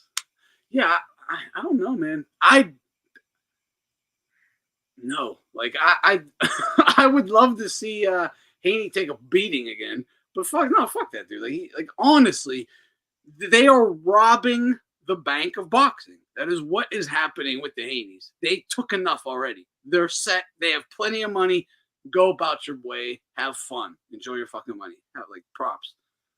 You don't have to keep fucking my sport up. You really don't. Please just stop, because what someone like Haney does, and this was my complaint about Floyd a decade ago, was watch what follows him. Watch the next generation that sees this shit and thinks, oh, that's the way to do it. And it started with Canelo. He really started taking it to another level himself, really just running the same playbook as Floyd, honestly. Well, he didn't really take it to another level. He just continued it. And Floyd kind of continued it. Floyd did take it to another level from De La Hoya, but it was still a continuation of it. But you saw Haney, though. He really exemplified a completely fraudulent come up, just having connections to sanctioning bodies, very powerful boxing managers and promoters, and paying your way to the top with cherry picking. Like, you pay your way to the top and cherry pick the right opponents at the right times, blah, blah, blah. You only got to have like 3 fights and you're a millionaire. It's pretty fucking easy. Like, it's disgusting too. And then at that point in time, people were literally saying top 5 pound for pound. If you were Devin, if you were Devin Haney, wouldn't you take advantage of the sport of boxing this way he is? Fuck no. I can do it right now with my kid if I wanted. No, you know why? This is the thing. There's a thing called honor and integrity. No, I just talked about this earlier, in that they actually could have, I think, if Devin just had a good team around him. Obviously, he's a good athlete, physically valid. Like, he's legit. He's good. Bad fundamentals, bad technique, bad grooming, bad mindset, in that you have to have these bullshit advantages and only fight little old men. Like, you have to have all these fucking nonsense in your head to, like, I can't lose because I'm supposed to win because I'm fucking cherry picking this guy over here. So I think if they just did it the right way, they could have made the same amount of money and had respect. It's like, would you rather have money or respect? It's honestly that, because if it's money, you can go make a killing right now and lose all self-respect. You can go we can all go make a ton of money and lose all self-respect. And I'm not saying that they lost all self-respect, like they're doing a gay OnlyFans or some shit, but in terms of this culture, this community of combat sports, fighting, warrior shit, the warrior code, whatever. No, they have no respect. They don't. They want to follow Floyd. They want to follow Floyd's villain blueprint. Yeah, but I get it. The villain is one thing. I can always get behind, like, rooting to see a villain lose, but they're like, going back, we just were saying, like, Floyd is the GOAT out of these guys, because at least for the era he did it in, there was a lot to criticize. No doubt about it. But in comparison to a guy like Haney or Shakur, at the same age and weights and everything, you don't have to add Money Mayweather into it at all, even. Just that early Floyd, or like, they're nothing alike. They are nothing alike. Nothing at all. These guys are fucking complete frauds, like literal fucking athletes being super hyper protected compared to Floyd, who was a boxer, boxing family, born and bred, very well schooled boxer. He's gonna beat your ass. No doubt about it. The only thing was Floyd was careful, and this was a big thing in America, especially the whole Roy Jones before he gets a DQ loss and everything. It was stay undefeated for as long as possible. Floyd pushed it to the limits for sure, but it took a careful career maneuvering on who to fight, when to fight him, blah blah blah. Still did it at such a higher level than these guys. It's quite embarrassing to even mention them in that dude's conversation, honestly. And I'm not a Floyd fan, but to like, come on, man. Yeah, I think there are a lot of Mexican like club fighters that if you put them in with Shakur and they were coming to win, they would just beat the shit out of him. I've been saying this. I've been saying there's 20 guys in his division that will beat the shit out of him. Like, guys you've never heard of. On a given night, on a level playing field, they will pummel him. Like, they'll beat him. They'll beat him. Name three. Name three of them. No, this is the thing. I don't have to because they're in local gyms all across the country. He's regular, dude. That's the thing. He's a regular. Like, what's special? What is even above average? What's Shakur's best win? Who? Well, and I'm asking you guys, what's his best win? Yeah, Shakur's. Shakur? Yeah. Probably Valdez. Yeah, Valdez for sure. I think to me, Conceição's the best guy as a quote unquote win over, but that shit is so null and void. I do not count it. Valdez, I'll give him that one though. Yeah. Valdez. Yeah. And it's like what I'll say, and it was kind of just proven with Tio and Claggett. A dude you never fucking, like, no one knew of, just the random ass dude. Just put him in a fight for his fucking life, honestly. Because why? He came to bring it. He's just 37 years old. He ran out of steam and started to take a little bit of punishment. But that ain't Devin. What would Devin do with him? Like, not that Claggett, but a guy like Claggett who's coming to bring it to you. What are you going to do? Like, what? You don't have good insight. Yeah, you look at the guy Shakur just hold on, he's gonna that's why I said on a level playing field. What are you gonna do? Run all night? You're just gonna lose. Or you're gonna keep clinching, keep low blowing, you'll lose points. Like he can't fight. Like this is the thing. Like, yeah, you can win a 12-round decision versus a guy who should beat you, Linares. Like, he should have never even got past Linares if he didn't have assistance. He had assistance. Like, dude, like, nah. The guy, no one else, if they weren't under a protection program, would have got the protection he got. He got help to survive because they were like, oh my God, he can't lose. We got to get him to the cards. That's all. If the ref was like, stop holding, motherfucker, take a point, he gets knocked stupid and goes down again, probably again, and loses.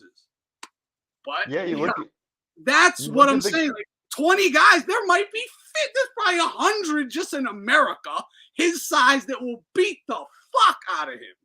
And I don't know their names. That's the point. That is the point. You look at the guy that Shakur just fought, and he was just a random club fighter. Ryo cherry-picked him on 2 days' notice, and then he got knocked out in 3 rounds. That was a guy no one had ever heard of. And Ryo was a big prospect at the time, got knocked up in 3 rounds by De Los Santos. They brought him in with Shakur, and Shakur ran the whole time. It's easy to get wins that, and look, it's easy to get a super unimpressive W when you have a protection program running to help you. A la Haney Linares. Just one example, right? Haney Loma. Second example, all right? He almost got it versus Ryan Garcia. In fact, he did, okay? In fact, he did because you don't even have the L. He should have 3 losses, honestly, at a minimum, right now, just on the fights he fucking had, and he has none.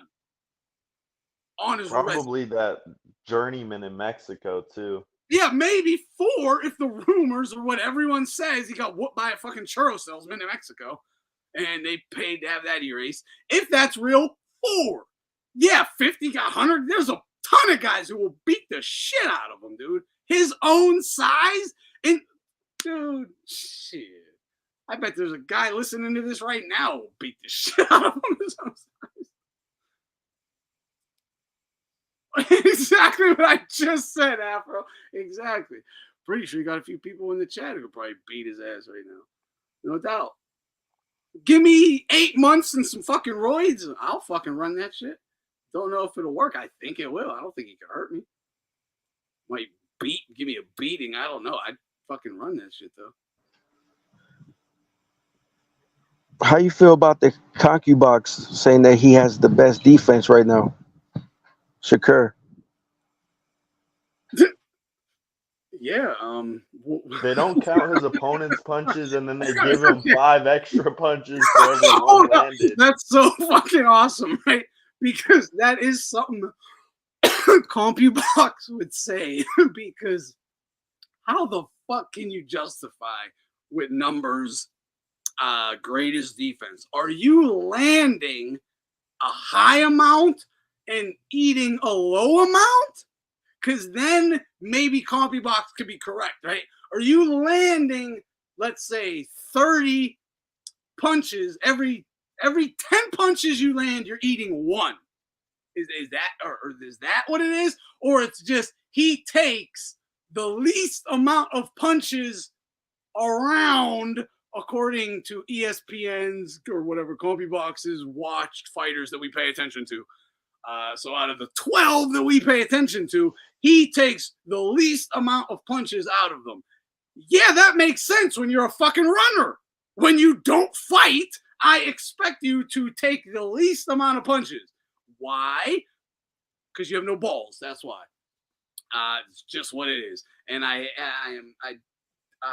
can't state this enough. I heard people in the comment. Well, I didn't hear them. I saw them in the comments to criticisms of Shakur. People were talking about he's a runner, blah, blah. And they're like, well, that's just smart. That's just smart. Again, I was talking about this like 2 streams ago. Well, fucking front forward, flat-footed Mexican blocks every punch with his face. And it's like, that's never a thing because you'll never be a good, like, that's not real. You're exaggerating the shit out of it. Any good, why was Roberto Duran so good?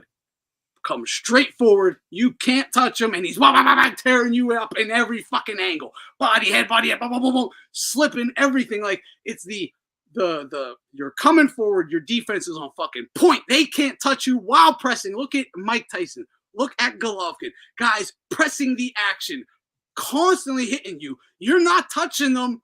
Like you're not touching them. Very rarely can you land one clean shot on them. Look at Lomachenko, for instance. How are you going to tell me Shakur's defense is better than Loma's defense when Loma is on the front foot coming forward, outlanding you, and you can't touch him? You see what I'm saying? Like, it's such bullshit. It's they will fucking manipulate any statistic, they will gaslight you in any way possible. I hate the boxing industry. I can't stand it. I'm pretty sure Andrade was like the leader in one of those stats. I bet he was. Benavidez. I bet he was. Right? Exactly. I bet he was. It would fit. It would fit. Remember when Golovkin's defense was so good they had to show it through the plus-minus thing? Like he lands 20 punches to every 1 that he's eating, and he's letting guys hit him. And his plus-minus is still above Andre Ward's, right? Who they literally inflated all of his numbers. Golovkin's was still above his. No one but like me is like, why can't we talk about this guy's defense? This is incredible.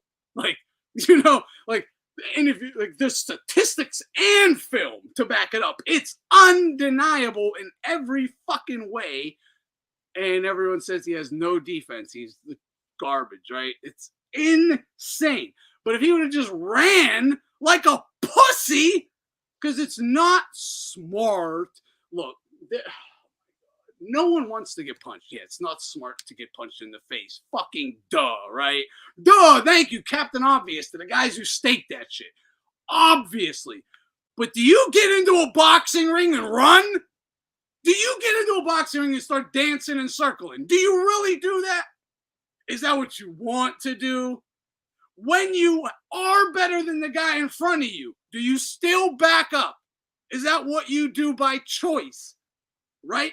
Because if you're better than the guy, why don't you kick his fucking ass? This is what boxing is. There is no better way than to whoop someone's ass than to prove you can beat someone's ass than by beating their ass.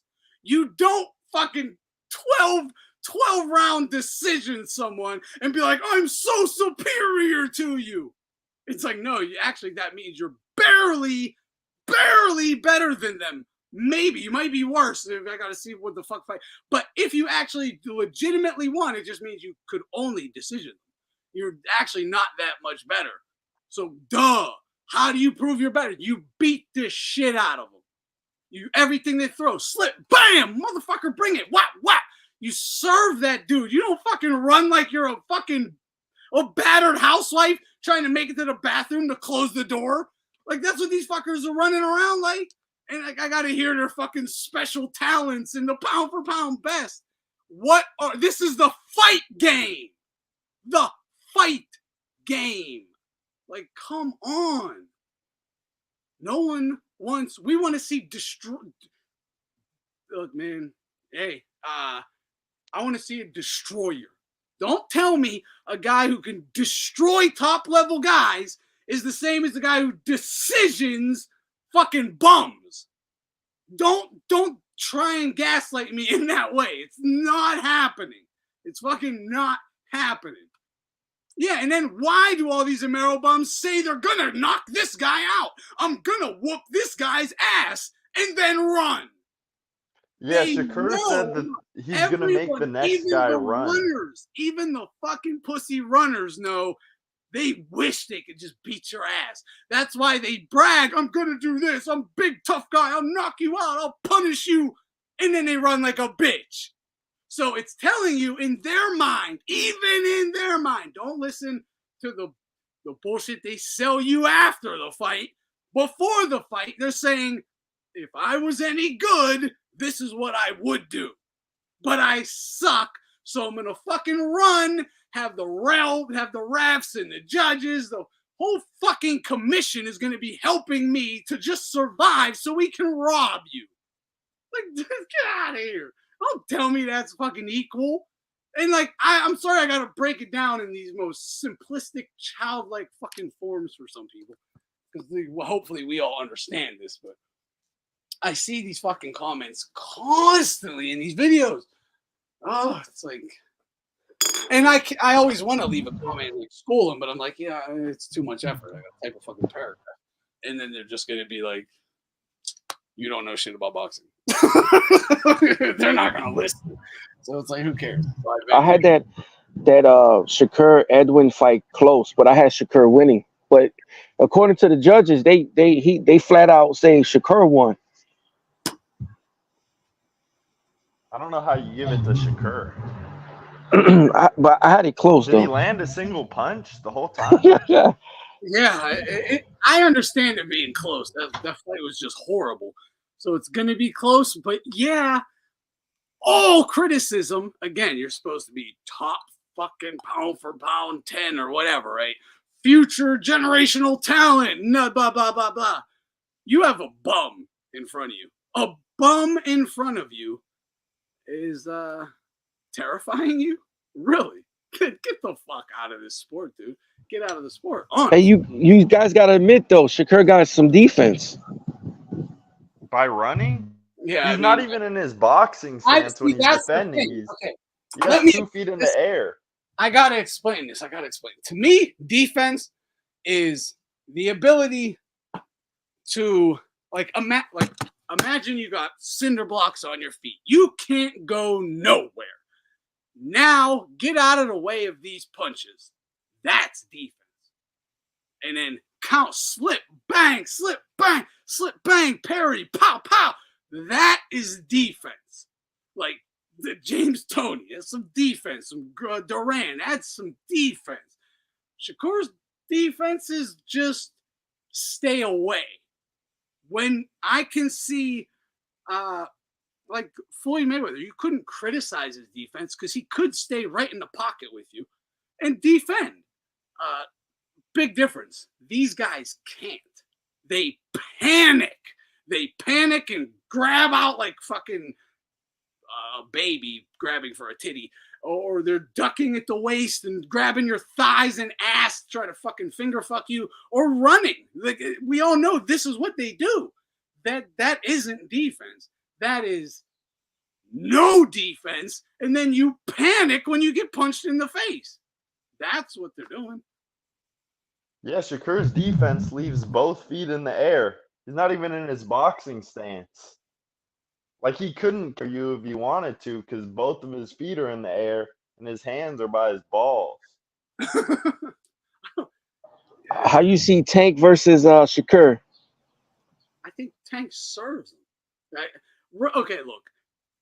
Tank might not be able to stop him. But it's only because Shakur is going to refuse to fucking fight. It's a weird situation with those two guys, but there is no way that anyone could tell me Shakur is a better fighter than Tank. In no way, shape, or form. No way, shape, or form. Unfortunately, in the fucking world we live in the current state of boxing, there is a chance that Shakur might be able to clinch, run, jab, and have some help from the ref and judges and win a decision. Unfortunately, that is a possible outcome. But he's going to look like shit the whole time. He's going to look terrified the whole time. You're going to know who the man in the ring is the whole fucking time, and it's going to be Tank. But he might lose. So, like, that's the truth. We all know that. Well, Shakur won't have his political protection. At least I don't think he will. He Definitely might. not as much. He might, right? Like, this is interesting. It's interesting. Because He Tank, will have ESPN. He will have a network behind him. If he has everything he has currently, he'll have a network behind him, ESPN. He'll have a promoter behind him in Top Rank, Valid. He'll have muscle behind him in James Prince. I mean, that's like the Trinity. If you have that, you have the protection, right? Now, Tank, he'll have no real network depending on where it is. He's not home to a network. No one is relying on his future income, honestly. Everyone hopes they could cash in at some point in time, but there is no contract like, hey, we got your next 4 fights or whatever. As of now, right, as far as I'm aware. So you don't really have a network behind him unless a contract is signed that would say they do in the future. Muscle or a promoter, even the promoter's a little sketchy, right? Who is this promoter? Who's he with? Floyd? How they're not cool. I mean, Hearn or whoever, I don't know. His promoter situation's even a bit up in the air, so I'm not giving him that. In Muscle, yeah, he probably got some guys for sure. There's no doubt he does if he wants it, so he can have that. But still, it seems like, man, it's still, yeah, I don't know. I think there will still be a protection program for him. Unfortunately, I do. Because look, who is going to protect Tank? Who is going to stand up for Tank to bring attention to all these issues apart from Tank himself, honestly? Because we were just talking about this, right? This is how I'm looking at it now. The people who only care about the Amero bums and only pay attention to the Amero bums, like the American dudes, they're not looking at the shit that Shakur does is bad. Like, that's normal, right? To them, it's not like we have to stop that all of a sudden. That's just going to be allowed to keep on going. Like, keep that river flowing, man. River of protection, corruption, nonsense, bullshit, all that. Keep it flowing. Yeah, that's a dumb this is why I've always said, I've been saying this to you for a long time. You guys know there's only one fighter, if I was an active top guy, that I would be scared to fight, and that is Shakur Stevenson. Under the guys that I would fear that fight, because it's the only fight I don't think you're going to get a fair fight. I would have no reason to believe I have a fair fight on my hands. He's the only one. I would lean much more that I will get a fair fight versus Haney than Shakur. And I don't know if that's true, but something tells me it's going to be even harder to beat. And you guys might find me crazy, but I think Shakur beats Tank. Like legitimately, or he just runs and gets a gift? No, because like he has the intangibles. Like he was just saying about how things are unfair. Yeah, no, and this is the thing. He might legitimately, well, I don't want to say legitimate, but he might actually outpoint him. Like, because anytime Tank is close, if he's allowed to wrap him up, if he's allowed to wrap Tank up, it's over. It's over. Like, yeah, it's going to be really hard. You're just not, Tank ain't going to win. He's not. And I'm not talking about anything else, just clinching. If when Tank gets inside, if he's allowed to clinch and he doesn't start losing points for it or anything, and they allow 40, 50 clinches, yeah, it's basically impossible. And he will just get outpointed. Take the legality of clinching out of it or whatever. If that's allowed, he'll just get outpointed. He will. Which is why that shit shouldn't be allowed. That's the problem. Like, let's see who you are. Are you that guy or not? Like, I don't understand as a fan these dudes who talk about it's a business, it's smart, and all that. Dude, do you watch, like, if you want to count people's pockets, go to school for accounting. I've said this fucking for a decade. Go to school for accounting. I want to see who's the best.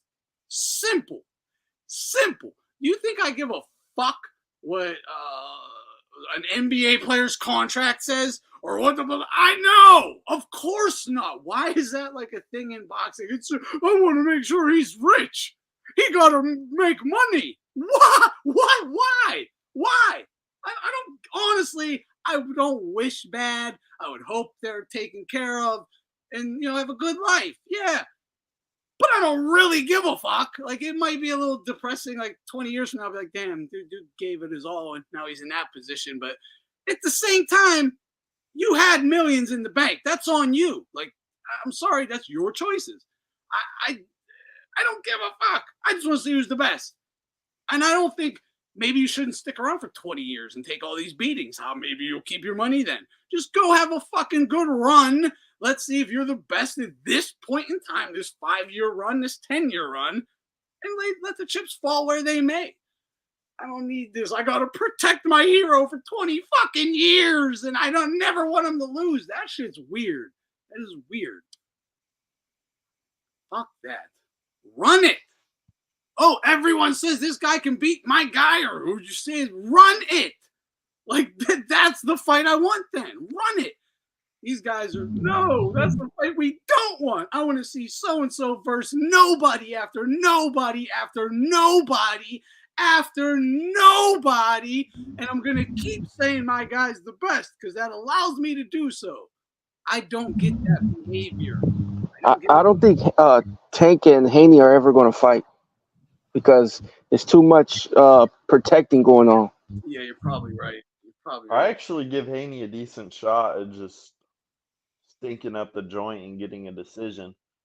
But I don't know if there's the same backing he had before, but it's going to be hard to. He probably won't. This is the thing. The first fight back, I think he will have the full protection program because everyone's still trying to. They're under the impression that they can fix this, right? This can all be fixed. If we get Ryan in a rematch, beat him, It's all erased. It's all. That's what they think. That's what they are hoping for. It's not gonna happen. It's really not at all. But they're in a delusional state right now. Because, dude, their fucking dreams of $100 million payday just went out the window. That's what they were all invested in. Bill Haney told you right here on this channel when I interviewed him. That is the goal. It's gone. It's gone. And they are fuming over it. That's what I think people really need to understand about this Oster. And I think a lot of people do.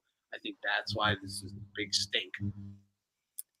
I don't who you have winning between Mario Barrios and Manny Pacquiao if it happens? Yeah, Pacquiao all day. Barrios is a legitimate. Barrios has the ability, but he has the mental. He's a mental midget. He's a permanent sparring partner. He is a. Yeah, I think Maidana's little brother, or whatever that guy was, his cousin or something, would have beat him if he let his hands go. He would have. Every time he let his hands go, he was clocking him. Thank you. He schooled him, but he just wouldn't punch. I don't know what the fuck that guy was thinking. I want exactly. And that was because like he was hurting him. He and was the guy piecing him up. Barrios had like 20 pounds on him. And yeah, terrifying. He was, oh my God. Now imagine Manny Pacquiao. Exactly. Old Manny is going to punish him. He's going to knock him out if he wants to. Hey, let's use the triangle theory. I'm going to be devil's advocate. Ugas beat Manny Pacquiao, right? Yeah. No. Well, no. I mean, he got a W. Wait. No. Didn't Thurman beat Barrios, though? Yes. But no, let's stick to the Ugas. He got a decision win over him. No, he did not win. No, he did not beat him. That was we were doing a fucking watch along live stream with hundreds of people, everybody. And this when I was they weren't. I never know these people. They weren't packtards or anything. There's random ass people. Everybody had Pacquiao winning on their final cards because I was asking you. If the stream's still up, ask that over and over. It was the weirdest thing though. After the decision, everyone just flipped and was like, upon further reflection, thinking back on it, those body shots actually did give Ugas the win. I'm like, but bitch, you just said it didn't. Like, you literally just scored it for Manny, but because the media told you Ugas won, you're like, oh, Ugas won because of low blows. Literally because of low blows. I mean, what are you score? If anyone here had Ugas winning, why did you have him winning? It was the body shots, right? Okay. Cool. Find me the fucking 20 legal body shots. Like, I'll give you. Find me 20 borderlines. Honestly, find me 20 borderlines because they were blatantly low. And they didn't even have an effect. Also, it's like the same with Haney and Loma. It's the exact same thing. Just giant right hooks, sloppy right hooks to the thighs, groin, pelvis. Yeah, and you count those. Okay. Even if you count them, they still didn't win the fight because they were, first of all, not even effective. Yeah, if Manny could throw 600 punches, I don't see how Thurman or what's his name? Barrios could win. Because Barrios freezes up when someone lets their hands go. He's not one of those guys that could catch and counter. He's like a Haney. Like, as soon as you start punching him, he doesn't know what to do. Hey, you guys might trip on this, but I think Devin Haney versus Manny Pacquiao is a good fight. That would be. I will watch that one. I would like that fight. That would get that'll get me going for sure. I definitely like that one. I'm gonna be rooting for Manny. Don't like Haney. Definitely gonna be like, whoop his ass. Whoop that trick. Haney, the youngest undisputed ever. No, he's not. Not at all. Does the logo of my channel mean nothing to you? You ever hear of a guy named Mike Tyson? You talking about, and I mean, should I name 15 other guys also? What are you talking about? Youngest of the 4-belt era at 135? That's a whole lot of bullshit to say he ain't the youngest undisputed ever. That's what that is, right? That's a whole bunch of, if my grandma had balls, she'd be my grandpa. That's what that is, right? I can say he's the youngest undisputed if I add all these extra criterias to how I can justify that being a true statement. Hey, but you gotta admit, it's easier to be undisputed before. No, not true, because you actually had to beat the fucking man. Did he beat the man? No. He should have fought Loma a year earlier, and what would have happened? He would have got his ass whooped. As far as belts, though. Back in the day, there was no, fighting fucking nobodies and becoming champions and waiting for the fucking bum. You can't do it. You got to go fight the fucking man. There's only one belt. There's only one king. You know who it is. There is no sidestepping, rob him, and then go collect the belt here, take an email belt off the actual undisputed. That shit don't exist. You got to go fight the fucking man. And if he did that, rather than get the email belt, it would have been Loma, and he would have got served the fuck up and never been undisputed. Like, no, it wasn't easier back then. It was way harder because you couldn't fucking cherry pick your way there. You had to actually go through the top 10 actual best guys of your division. There's no, you might be able to maneuver a bit, but there is no getting around the number one contender spot and then actually beating the champion. There is no getting around that. You still have to prove that you are most deserved of the champion, the number one spot. Then you gotta go fight the champ and beat him. Fucking no, way harder. Way harder. I thought by having more belts, it'll be different, Yeah, more belts. It sounds. But Loma collected all the belts. Hold on. It sounds good in theory. In theory, yeah, you gotta go beat more bums. That's what you're. In theory, it sounds good. I gotta go beat more champions. There can only be one champion. There's really only one champion in the division. They're fuck out of here. It's no. It sounds right. Like in theory, it sounds good, but when you know boxing, that's a complete crock of shit. So you don't respect Devin Haney's undisputed ring in Australia? Brian could have done that. Hold on. I respect that he went to Australia, fought Kambosos, and beat Kambosos, but in terms of I do not and will never consider Haney to have ever been the lightweight king, if that's what you're asking. He was never that. He never was that in any way, shape, or form, ever. So you call him? He never proved that one day in his fucking life. He should have never got past Linares. If he did, okay, props. Fight Loma, run it, you get whooped.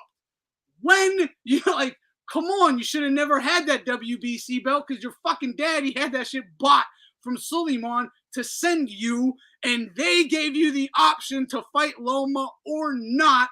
You, Bill Haney, on interview said with Suleiman, you chose to avoid Loma and just take the belt rather than to fight Loma for it.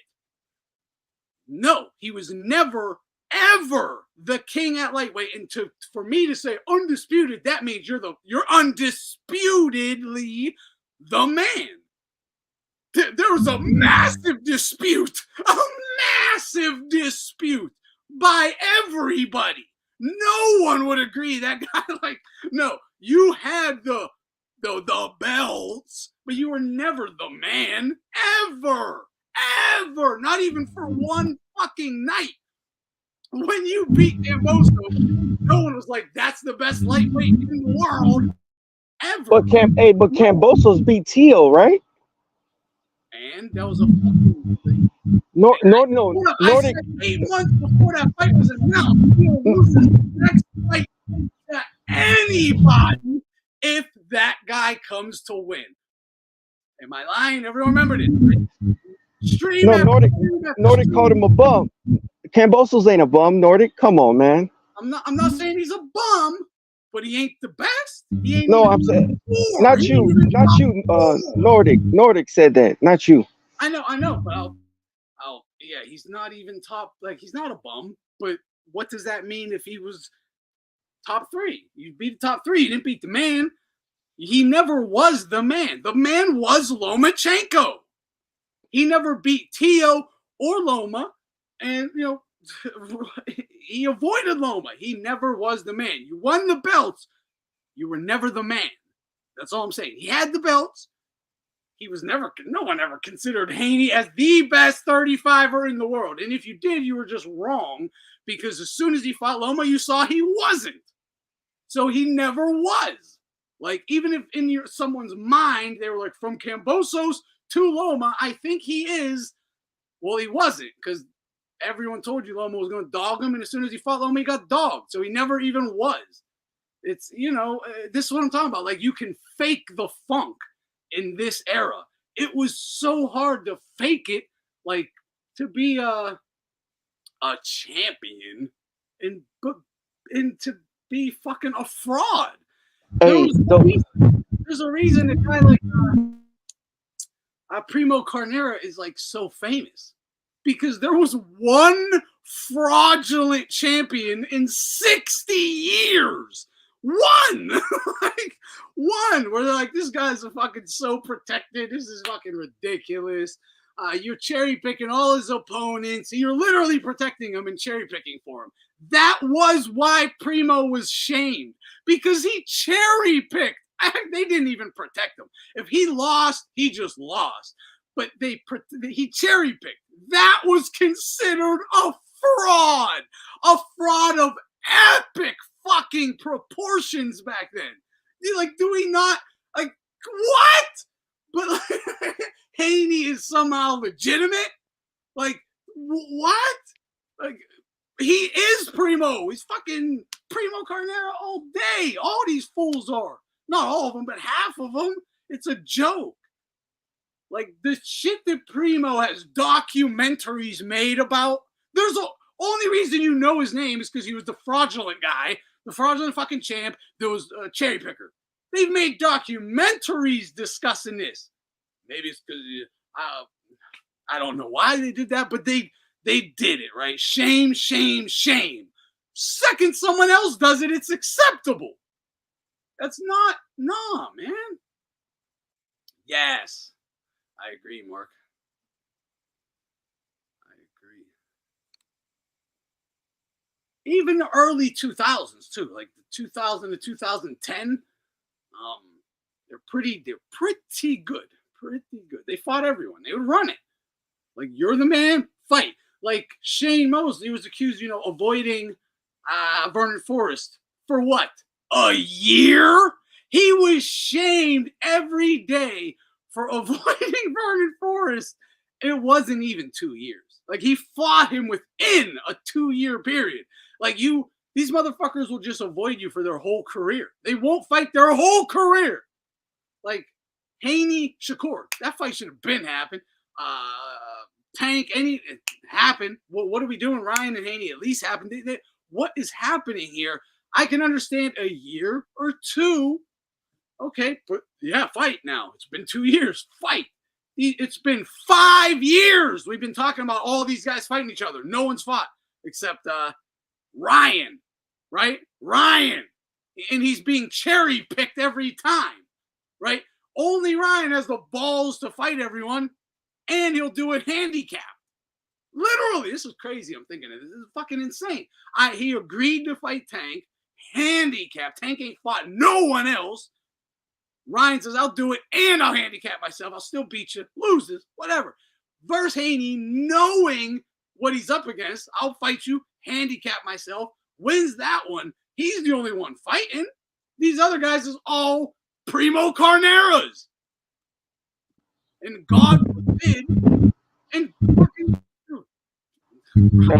if you got to bring back a boxer from he's at least willing to throw down. He'll throwdown where he's handicapped. If that don't fucking make you at least be like, kid got fucking nuts. I respect that. This dude wants all the smoke.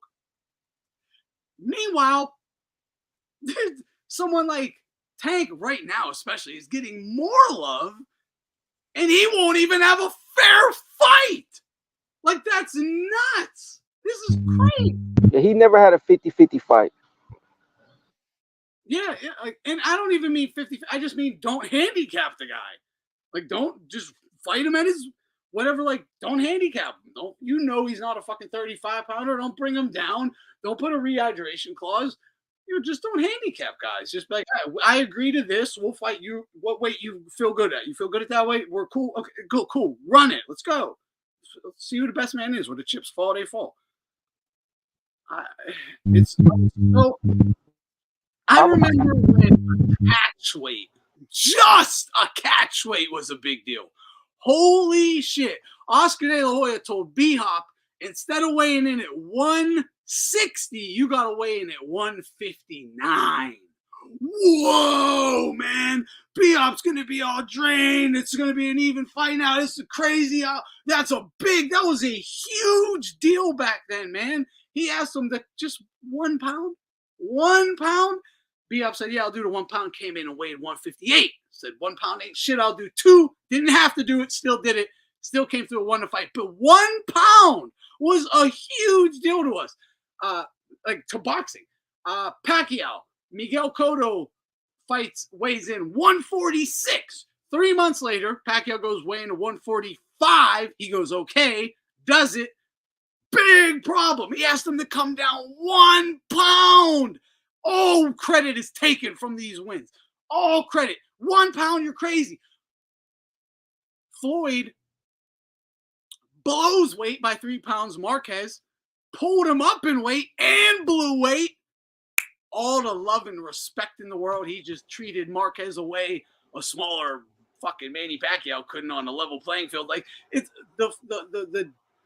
the double standards and how everything isn't just kept on a level playing field is crazy. And I'm not talking because you would think like, well, yeah, the same people that were harping about B-Hop and Oscar weren't the same ones harping about Floyd and Marquez. Oh, they were the exact same people. The exact same people. The exact same people. Then to now with Ryan and Haney, it's the exact same people. Any guy who's been in the industry for 25 years will know it's all the same fucking people. Doesn't mean there is new people also, but yeah, plenty of the same guys. Paulie Malignaggi, Teddy Atlas, for examples, like, you know, and they are the loudest mouthpieces. So, you know. Oh, yeah, I'm not saying, you know, Joanne, yeah, I'm not saying Ryan. So what's good, Anthony?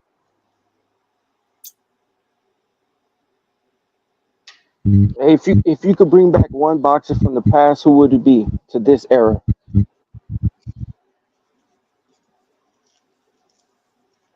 I would bring I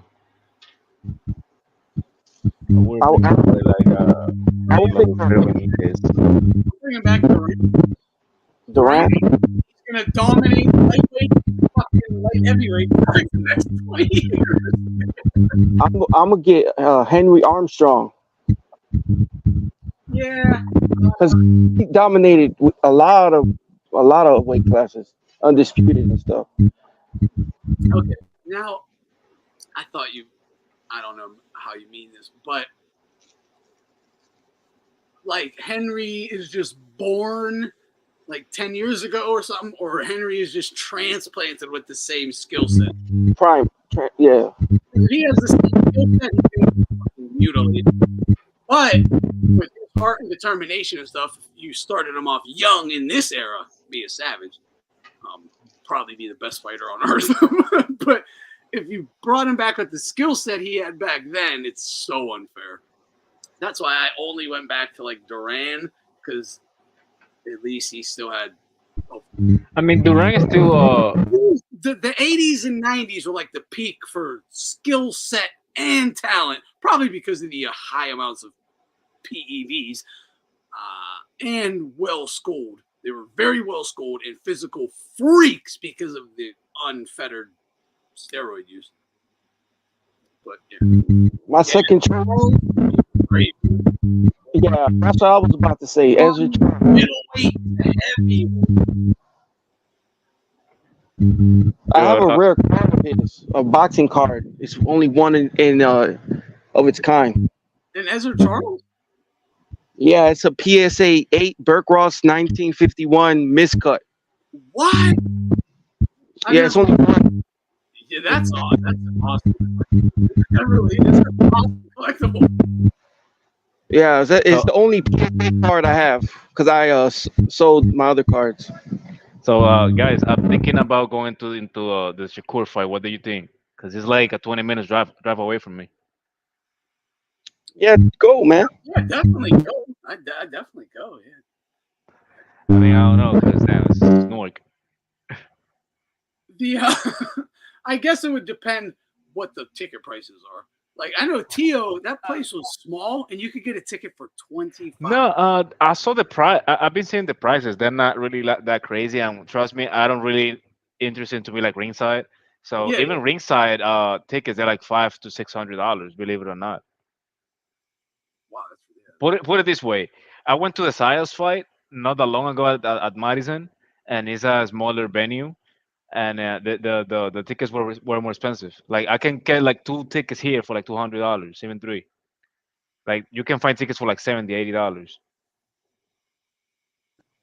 Outside of black boxers, I'll pick Ricardo Lopez. yeah, he'd be good. That's If I'm crazy. going I was Romero, actually able to see Valero like in person.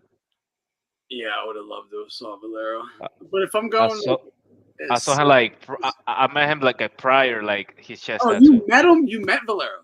Yeah, yeah. Like he Oh, was like he was a grown man like in the amateurs. I was going through a tournament like through Colombia, Panama, and Venezuela, and I also have like family there because back then Venezuela was big in gas, like in like crude gas, and I got family studying over there, and I stayed for a little like for a week, but I was there like for boxing. And I met him, and he oddly enough I met like before the tattoo, before like even the motorcycle accident.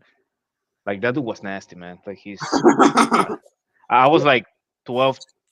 Let me see. I was like 12 or 11 years old, Does and anyone remember? I would have been like 20 years old, 19, 20, but 18 to 20, I guess. Edwin Valero was like a like a boogeyman you heard tales of in the gyms. Honestly, and even on the internet, like I remember, shout out to Doug Fisher for this because he was a young kid. You know, he wasn't tied in like he is now or anything. Just a young kid out there in the gyms, like getting us epic sparring footage of like Morales and Valero, like in the gym with them, doing interviews with them.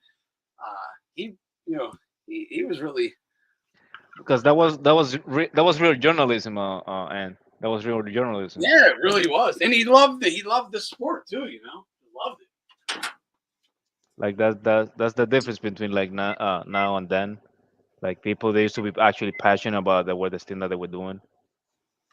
Yeah, like where is the young Doug Fisher where there's just some dude in the gym that just loves I mean, boxing? I Not will in the give, gym.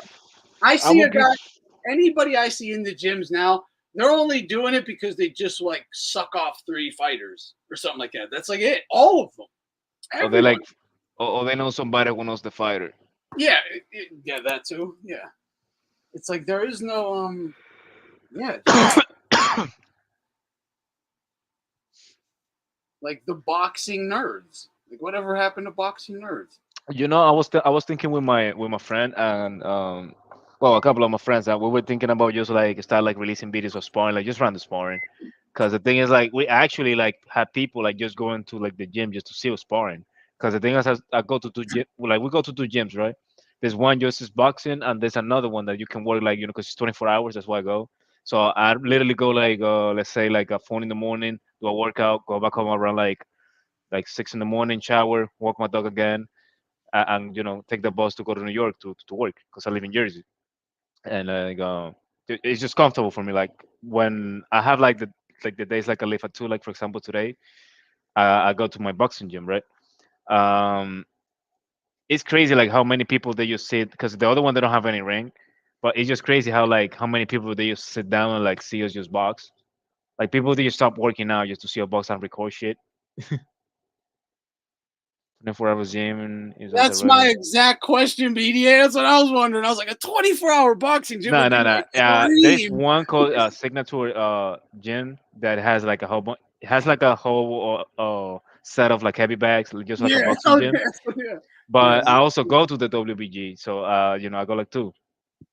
Because I only go to the other one just because I can go like like pretty much Yeah. like I you used know to have access to like a personal, like a private gym. My sister, because of the place she lived, they had a whole 24-hour private facility that only like the people there could, use. Super nice.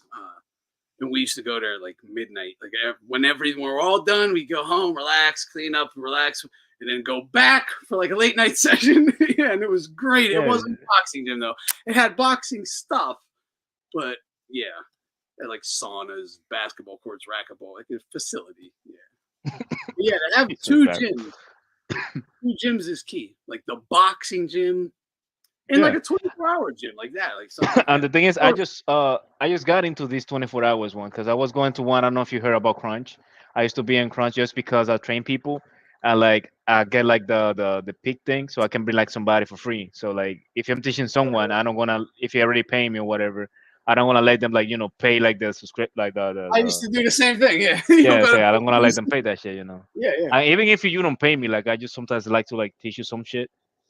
yeah, yeah. Because the thing is that I used I'm to. it's kind of hard like for men, but I'm getting older. I'm 30, so like I know I can do this, like forever. So it's Yeah. like now I got Also, accustomed myself to like teaching people and like my nephews and shit.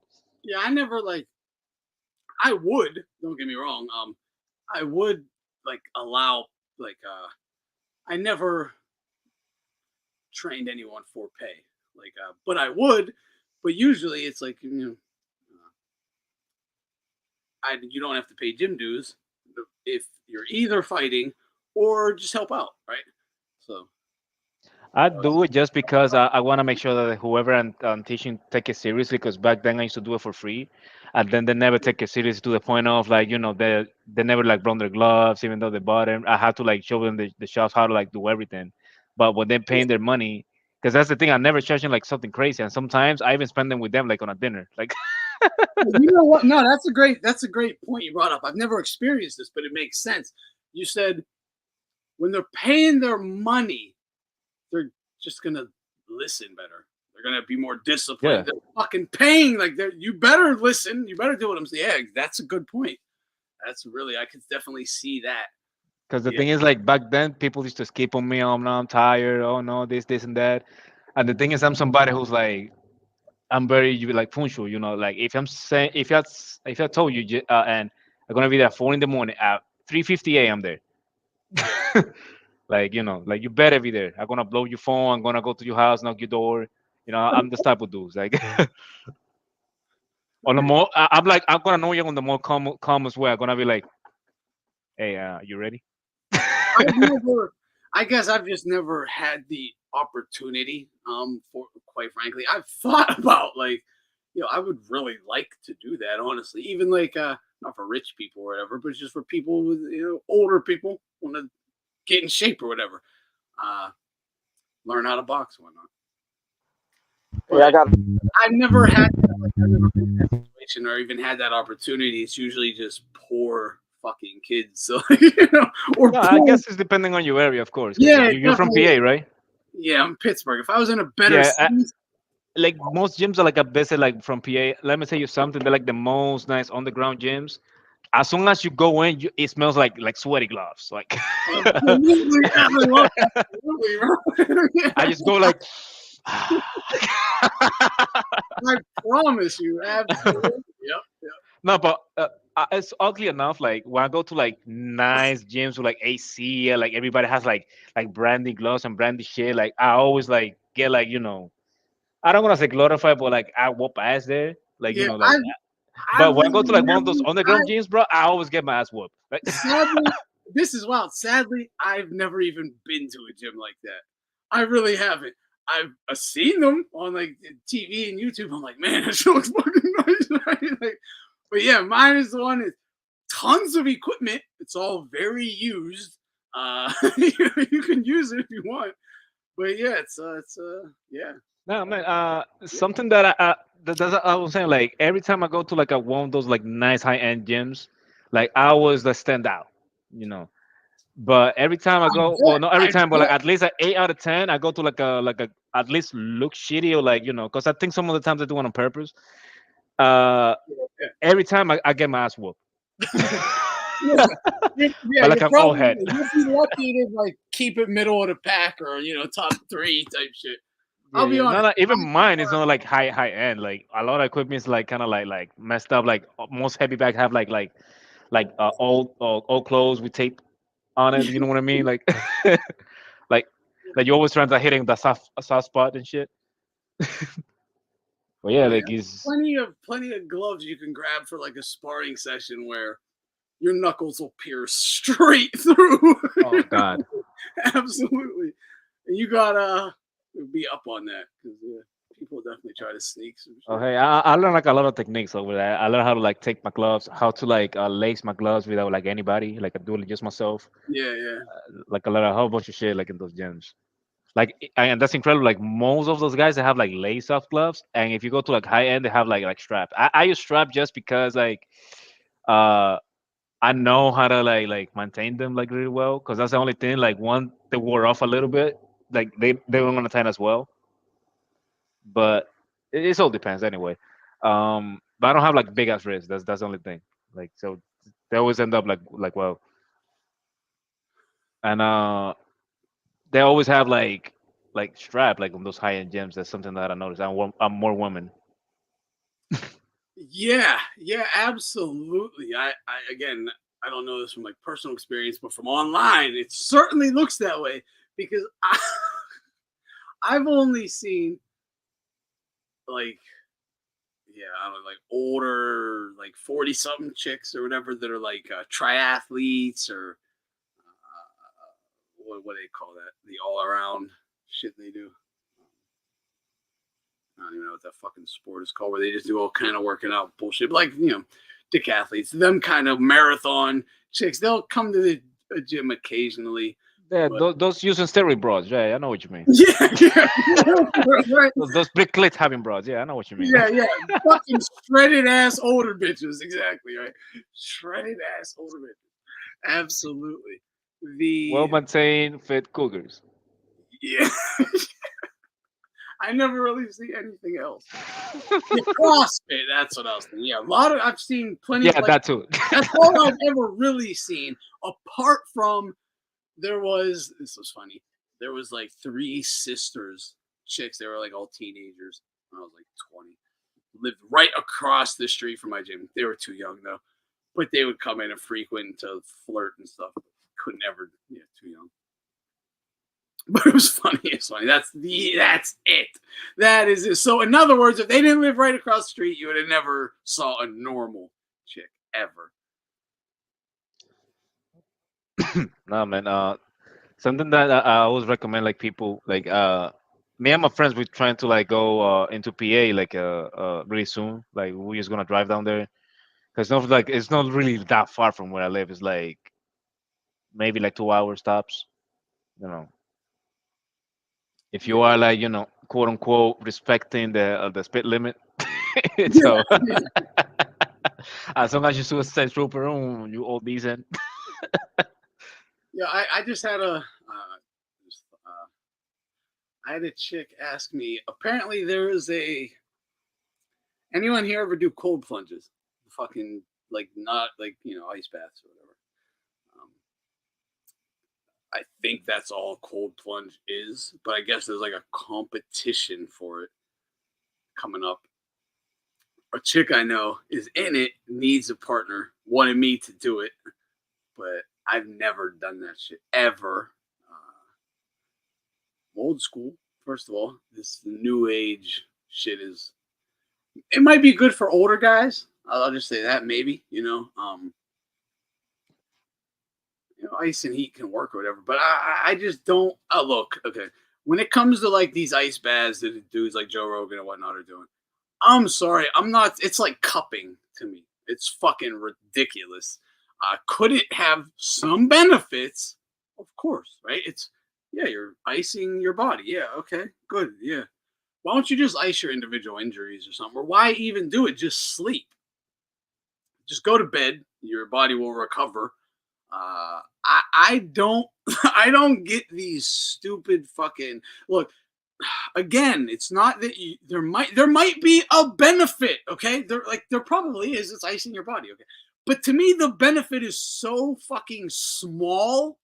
It's such a tiny benefit. Why would I put myself through that? Why? Like, I never needed it in my life. Ever. I never needed it. So how necessary is it? Like, I've never. This is just one of those perfect examples that everything becomes a trend. Like back then, you remember like the thing was like you see how you do pull-ups. Like back then was like you get upside down and do like like apps like that. I don't know if you remember that. Like they were doing like in the movies, like in Gigolo and like absolute Rocky. Yeah, and Rocky. Yeah, that's what I'm saying. Like everything becomes a trend after a while. Yes, that's what it seems like. It's again, okay, there might be a benefit. It's obvious you're icing your body. Okay, there can be some benefits, but there could also, like, maybe not negative, but especially if you're doing it regularly, it's a why. Like, what? At that point, I don't even think. Oh no, if you're doing regular, and that's something that that I ask myself, that's a good question from you, and it's something that I ask myself, like if you didn't do it regular, right? That's actually something bad if you're a fighter, because that shit gonna thin your fucking skin. Like your skin's gonna be like shit.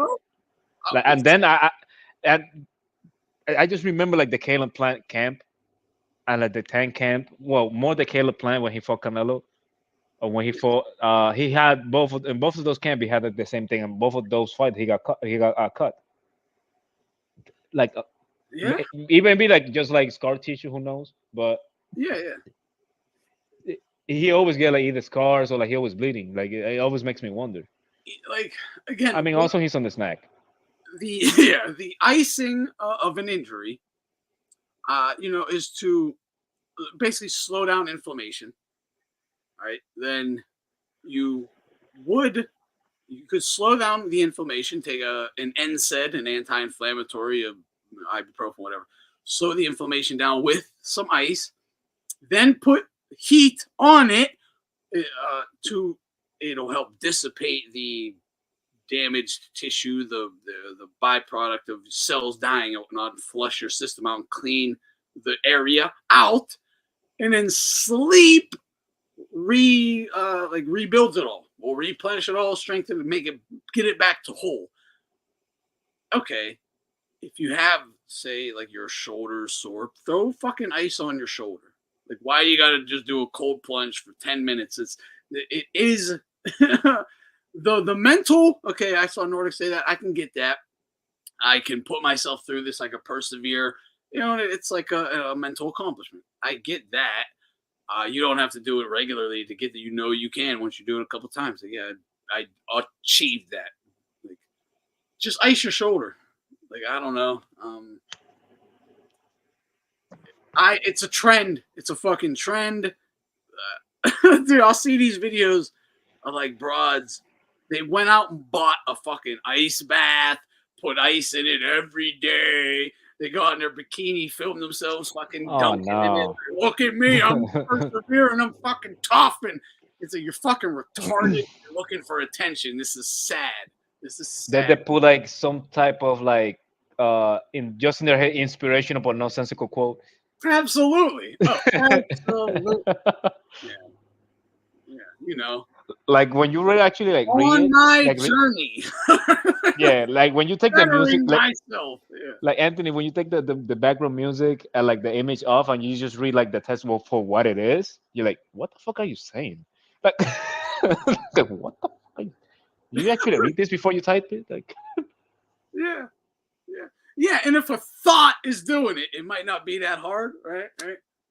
Well, I don't know. They probably thoughts do some of the hardest shit I can imagine. But no, I hear you. They're not. They know. Oh no, they're. Yeah. I ain't even gonna say what I'm thinking. What up, Jack? What up, bro?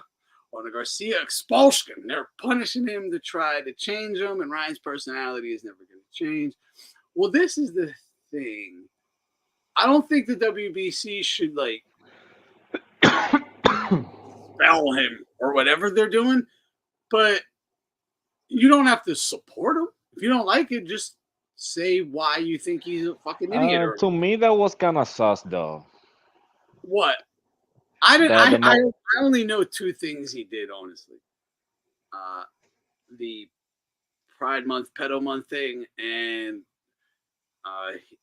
they should Yeah, kill. he said the yeah, the N word, whatever. Like, Oh, he did?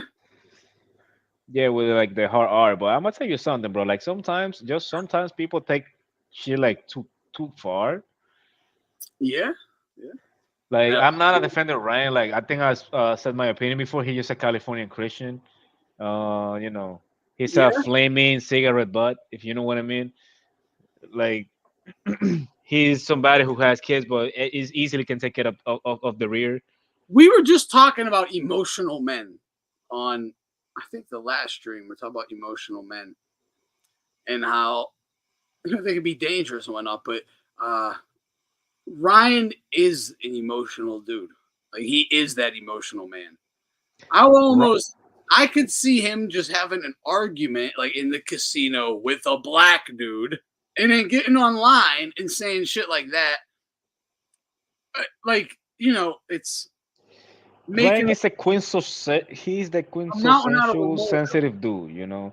He's the new age generation, you know. You remember that guy used to get in fights all the time. He used to be our generation sensitive dude, you know. You used Yo, to say whatever, he used to make you snap. That was a fight. yeah, But the thing is, nowadays, misery loves company apparently, and that's you're it all. showing up weakness. Uh, is better than you showing up strength. Because back then, people used to just be on the side or just be in silence, and people used to just leave you alone. Because I know whatever he said, like his mom was going through cancer or whatever, la la la la la, and it's no excuse, bro. It's no excuse. And Yeah, I'm but not. to me, the dude, he just worth so much money that at the end he's gonna get under the rug, and everybody's gonna let it walk. Like, I Yeah, I mean, I hear you. And this is a good point from Nordic. Where was the outrage when Haney said similar things? And not even Haney or similar, quote unquote, similar things. Because like I'll never lose to a white boy has been said by numerous guys or whatever, right? But even someone like an AJ, like, what is the okay? Look, I don't. I'm obviously going to take your word. I believe you said the N word hard R. I didn't see that, but I'm seeing outrage, so it makes sense, right? But if he did, and he did, okay. What is the context behind that word, right? Like he's not even white; he's fucking Spanish, but whatever. He is superior in race, okay. That is the real context behind the word, and to like belittle another race, saying I am you're a inferior race. That is the context of the word. That is what AJ just said with like perfect English. Like whites are inferior, blacks are the superior race. He just said it. I mean, there is no inference. He said it. And guess what? I still like watching AJ. I still fuck with AJ. And I think he's a dork. I think he's a fucking dork of a person. I think he's a big dummy. But I like watching him fight. I don't see, like, I don't know why, like, dude, AJ, you can call me inferior all you want. I'll debate you on this all day. I think what you're explaining, Anthony, is like when you Hold on, see. hold on. Oh, I'm sorry, but like, who really cares? Like, I don't. It's funny to me. It's almost like, yeah, that's okay. And when you lose the white boy, I'll throw it on you. Is another joke. It don't matter. Why does Ryan or anyone who isn't black, just fucking keep it a buck? Anyone who isn't black has to suck black dick, or you will be targeted. And I'm not saying that using hard R is, you're sucking dick if you're not using hard R. That is a little fucking wild. But it's true that if you're Spanish, if you're not black, you will be called a racist, shamed, and told you are, and you will be called a racist and inferior in the same sentence. If you are not black, you will be called racist and inferior in the same sentence, which is fucking nuts, right? Like, it's utter hypocrisy, but it's true. But every black fighter does it, and no one cares. Why is it a deal when a white or a Spanish dude does it, but it's not a big deal when Ali does it, when Mike Tyson does it, when Deontay Wilder does it? Wait. You mean to tell me that Fat Joe is black? Huh? You mean to tell me that Fat Joe is black? Get out of here. Yeah, Fat Joe's super black, bro. Get out of here. I'm just saying, like, I don't know what, and for the fucking homo stuff he said, Pride Month, Pedo Month, or whatever. That's always had Duran calling Sugar Ray Leonard a faggot because he sucked Johnny Gill's dick in front of people. It's in his book. Sugar Ray Leonard admitted he's a fucking dick sucker and a cokehead. Okay, so everything someone shits on Oscar De La Hoya for, and you don't even know if he actually. And the thing is, Anthony, hold on. No one even knows if Oscar actually does gay stuff. First of all. But Sugar Ray Leonard admits to sucking Johnny Gill's dick. No questions like asked about that. And coke. Everything that Oscar gets criticized for, Sugar Ray has done worse and loved. I love Sugar Ray Leonard. Sugar Ray Leonard's a monster. I don't care about that. Like, I'm is a fucking warrior. Dude's a warrior. As good as it gets. Like, why, and Duran, loved Duran, but he said horrendous stuff. No one cared. No one does care. Like, it's all fake. It's fake outrage. It's all like, I get it. Use it to drum up publicity and sales and whatnot, but it's all bullshit. Like, no one really gives a fuck. Because if you cared, if someone really cared, they would care all the time. If this issue matters to you, that issue matters all the time. And the fact that it only matters about 30% of the time, tops, shows it doesn't matter to you at all. And you only pretend that it matters when you can use it to help you're a guy you like, or hurt someone you don't like. It's the same with PEDs. That's it. No one gives a shit. That's the difference between the guys that go to a barbershop and the guys who go to a beauty salon, like, because the thing is, guys, if you pay attention, we can talk shit about each other, but we'll never take it personal. We can say that, hey, how you doing? Yeah, but if you see girls, or like guys do things like girls, they will give you like the mean eye, they will give you like some like mouth gesture, or like look you down or some shit. Or like, wow, your hair looks great today, right? Yeah. A girl gives fake compliments. A dude, will shit on you. Really, for real. Like, you'll be like, bro, like, I don't want to go out with you wearing those shoes, man. I'm sorry. Yeah, exactly. Yeah. They're gonna think we're gay. Like, get the fuck out of here. Yeah. Like, you'll just shit on your boy. Or you just be like, or you just be like, like, bro, you know that I love you. Like, you're already preparing them. Then. Like, yo, you know I love you, but you wearing a wrinkled shirt, man. You look like trash. You But don't look right. I fell in love with as a boxing fan, partly because these guys can say whatever they want, unlike NFL, NBA, and all that. And yeah, it's true. And they still can. I get it. They just want them to, like, dude, come on. You know what I mean? They don't want them going insane, which is understandable because, look, in your regular life, whatever, whether work, barbershop, the bar, wherever people congregate, you're not going to see people acting like this, right? It's no matter what, it's out of hand. Like, there's no way the Ryan's behavior can really be justified in that, because even when you say, like, even if he says something, yeah, exactly, right? Even if he does, okay, like, Pride Month equals pedo month, right? I can tell you, like, I know exactly what he meant, right? I know exactly what he's trying to say, or what. Just say that, though, rather than like, something that could be deemed that you just say, look, it's what we've all talked about numerous times. Like, I agree with them, but I would have just said it in a different way if I had that camera on me or whatever, in terms of, like, we all know what is happening in this community. Like, I'm not going to get into it all over again, but it's being vampired. They target the young to turn them, to vampire them, right? That's what is happening. So, and what do they say? Those who abuse, right? And this community is 90% abused. And I talked to someone on here. There's a great, if you look at the statistics of those arrested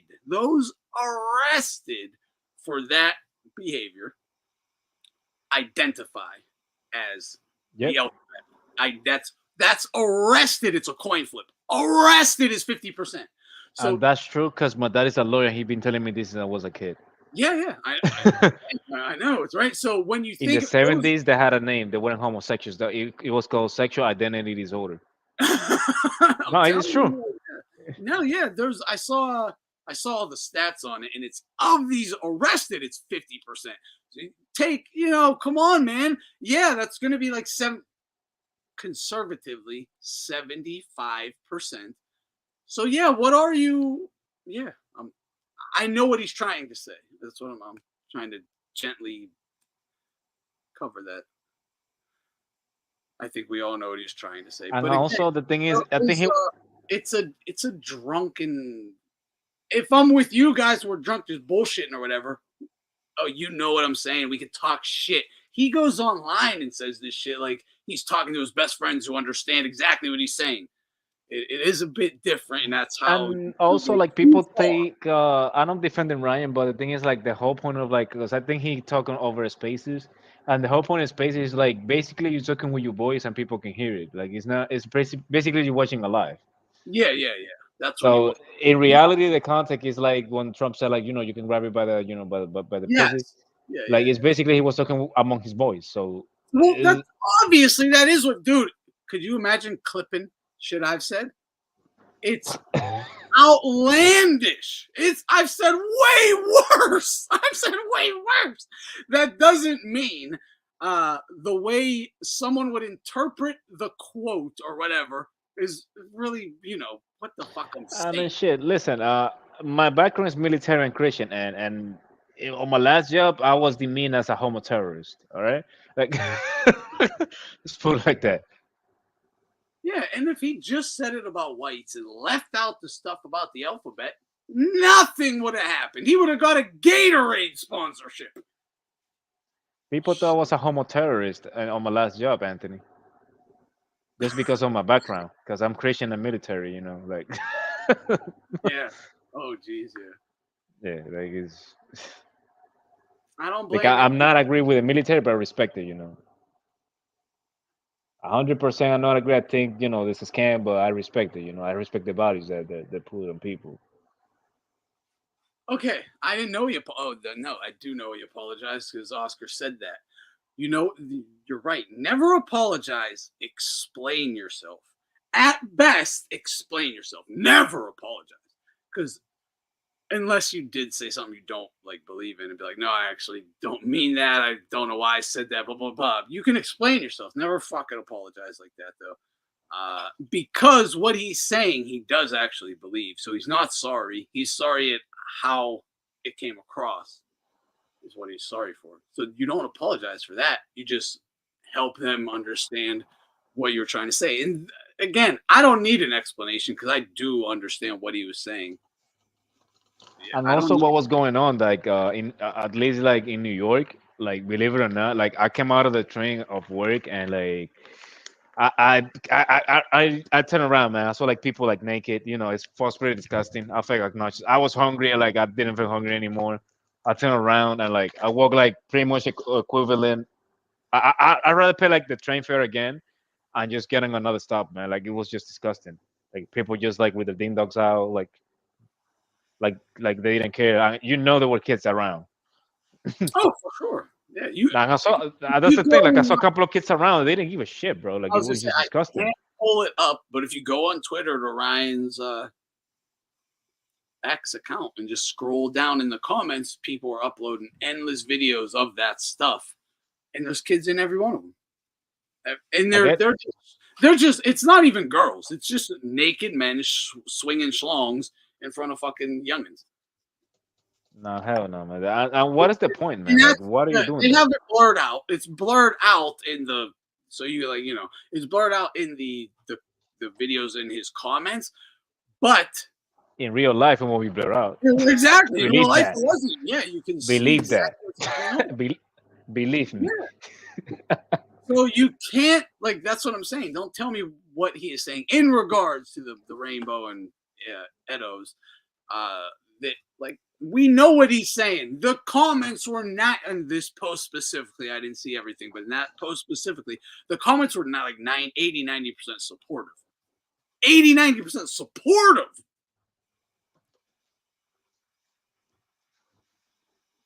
So that tells you no one cares. No one cares about that.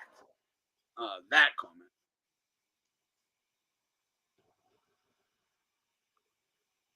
Yeah, they never do. I really, I get tired of just being like communist, communist, communist. But no, you're right.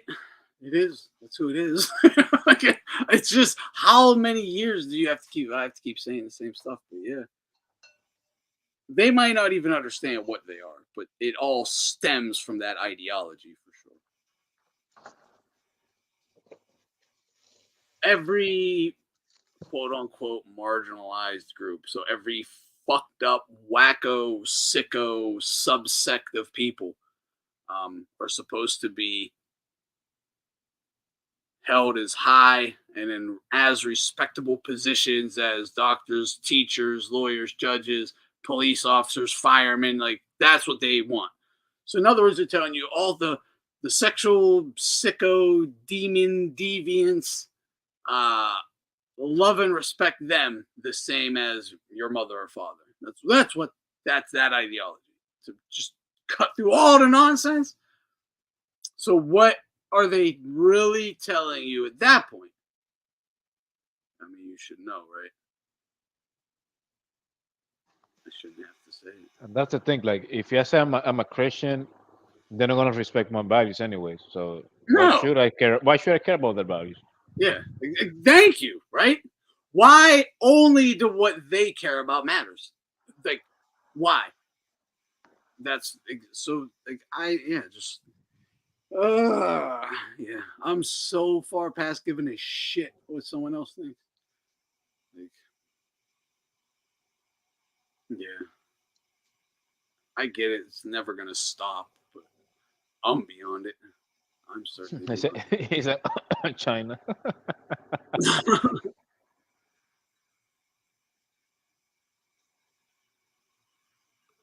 Yeah, that's a good point. Telekinesis, right? They have, you know, I saw Jack say if Canelo said the same thing, would Suleiman have suspended him? And no, definitely not. But Canelo wouldn't. That's the thing. They would. They would. I think so. They would just twist the story differently. First of all, Canelo just wouldn't, so it wouldn't happen. But I mean, I listen, thought it was on text. Like when I first heard about Ryan, I thought it was on like tweet, like text, and I was gonna say he's just gonna say he was hacked. And then it was like, oh no, it was on Spaces. Like it was definitely him, audio, and I was like, oh geez. this But guy Suleiman. all he has to do is go to rehab tomorrow, stay offline for 1 week, come back. I'm okay. Obviously, people will still have their feelings, but the WBC and the establishment will be like, hey, let's get him back in here. He's fixed himself because they just want to make money off him. They don't give a shit. Like, you think Suleiman gives a shit? He probably agrees with them. Like, keep it a buck. He probably agrees with the sentiments that people are trying to attribute to Ryan. Ryan was just being hyperbolic, but Suleiman might actually believe that shit. Like, to a further extent, so like he doesn't give a shit. He is you, but right now he cares about the green with Haney. They're on the phone. They're talking. This is just another way for them to, those guys specifically, to screw him over. Anthony, that was the giveaway. That was the giveaway right there when Suleiman Yeah, talked. right? Because like nobody else talked, bro. Like, and here's the funny thing: like Yeah, this kid generates money. That's a great point. Why WBC? Why not WBO, IBF, WBA, commissions? How come only Suleiman had an issue? He's the only one. Because one of his favorite 12% boys was his danger, bro. Yeah, that's exactly Now right. here's the thing: he better cut the bullshit. He better cut the bullshit because the thing is, like, as soon as Ryan Garcia comes back and he knows this kid generates a lot of money, a lot of views, and he wants his belt, his shiny green belt on the screen when he comes back, man. You know that shit. Yeah, he'll let him back. That's what I mean. As soon as Ryan says he went to some therapist, You wanna say about whatever these rehab, flaming cigarette butt nut job, but he generates money. yeah, he might be the he's not like, I don't He's want the to say. cash cow. He's Yeah, I not a don't want to face. say He's the cash face of cow. boxing, but he probably brings more eyes than anyone. Yeah, that's the thing. Like people all of a sudden they forgot about that word. Like he's not a face of boxing or nothing. He's just a cash cow. That's it. You want to get some money, fight him. Just like Ricky Hatton. There's a reason all the streams, networks, it's him they're trying to get on. He's the one who clearly brings viewers, obviously. And to keep him, and this is what Robert Garcia said this as well. He goes, I understand they got to give him some kind of punishment or whatever, but it's really bad for boxing to keep him out of boxing, because a year without him is a year without a lot of revenue into the sport.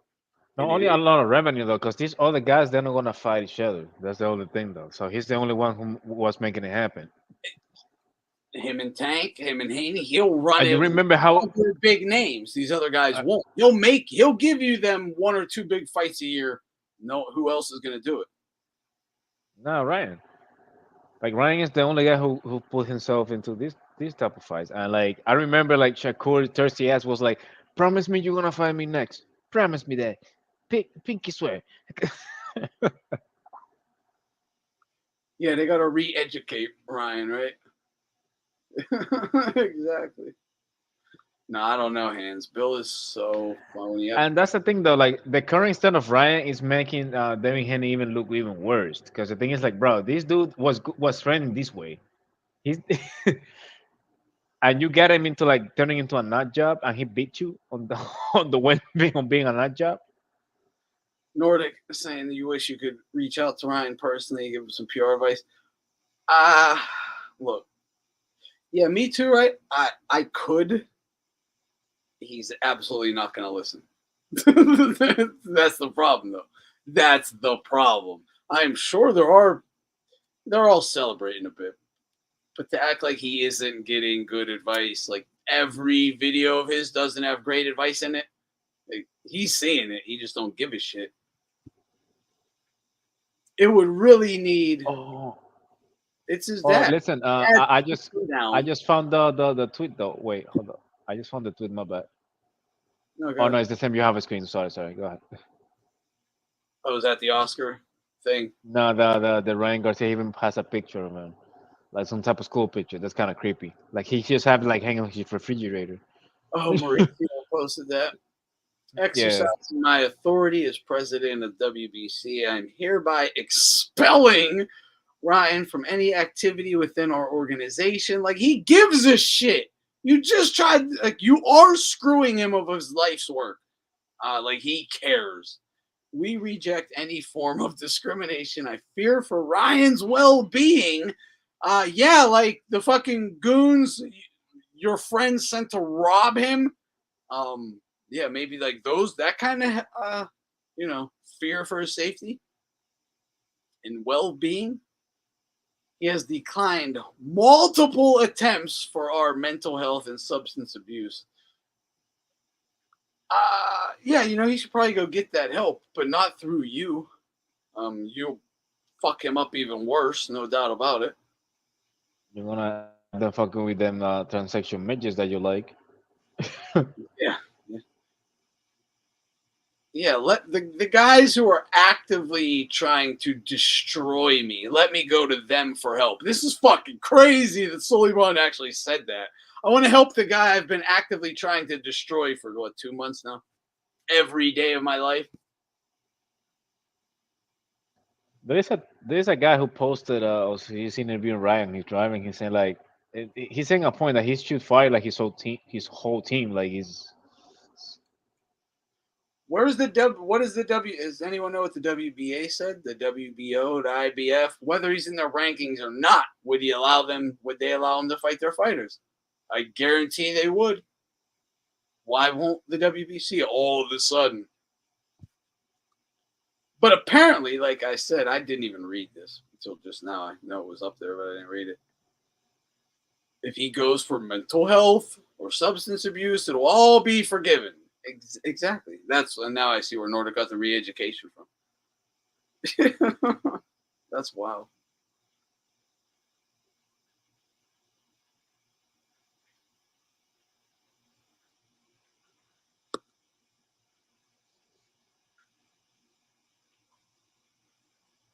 Yeah, I think that's that's actually good advice by Nordic.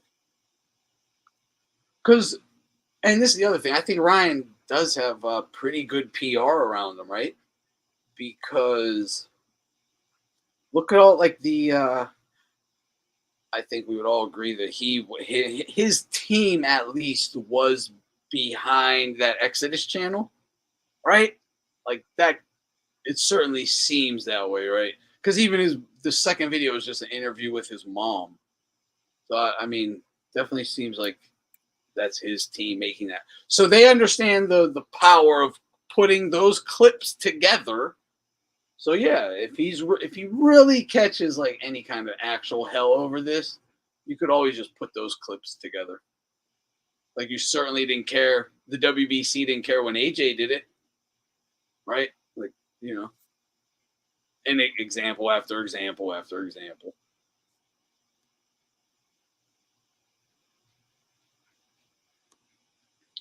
What up, Rex? I don't know what Blue Blood is saying, or that Ryan cheated. Well, okay, you're lost on a subject. It's he didn't intentionally, right? I don't think he. Okay, it's just really tough to just explain it all out. He wasn't in. Ryan wasn't taking anything intentionally better than anyone else was taken, especially Haney and Conti and Pete, like with Snack and all that, right? But I do believe him with the Ostarine that it was a tainted supplement. His explanation makes perfect sense, and Scooter, the guy who gave him the supplement, backed that up. That does make perfect sense. I think that is what happened with the Ostarine. That doesn't mean he wasn't on something else, but I would bet anything that Haney was too. So that's nullified. Like Ryan was dropped from, but yeah, that's due to suspension, though, right? Dropped the rankings due to suspension, not the comments of like yesterday. I mean, yeah, you definitely become a rank. And again, if they do all drop him, they'll put him back in as soon as he's willing to give them a sanctioning fee. You don't think they're all chomping at the bit to get a piece of his next fight? That is so much. Like, that's the biggest payday they might get next year. Of course, they're all chomping at the bit for that fight. Of course, bro. Like most of these guys, they're not even making six figures, more or less 7 figures of a fight. Like Ryan Garcia is a pot of gold for the WBC, especially if he gets the rematch. Another WBC pot of gold, Mr. Devin Haney. Hell yeah. Mauricio can stop this cap, man. Oh, Ryan's nuts. Yeah, I've tried telling people, like, don't get the Instagram kid, the pretty boy. Don't get it twisted. He's got all kinds of issues. He's got all kinds of issues. Yeah, I don't care like how he came up or well off or none of that.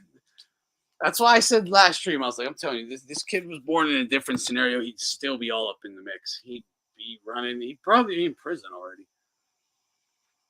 If not, probation or something on his way there. Because he's already on his way there. What are we talking about? With all kinds of help. Yeah, he's... If he would have, if he would have, if he would have been raised in a bad neighborhood, he would have been Tank Davis with a better speech partners. Someone was saying, and I understood it because it was Bray. Bray was talking about he'd probably be trying to be everyone's friend, and he's too nice and all that because of where he came up. Like he came up around nice kids. Like that's just if he didn't come up in a wealthy area with nice kids, he wouldn't be so nice. And he's really not. I think that's kind of a fake shit by him, honestly.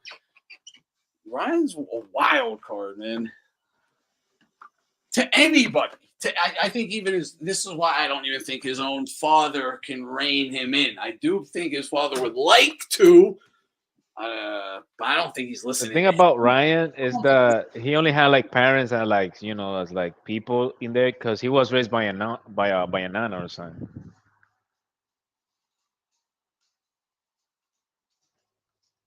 Like these kids, they're being more raised by their coaches than by their parents.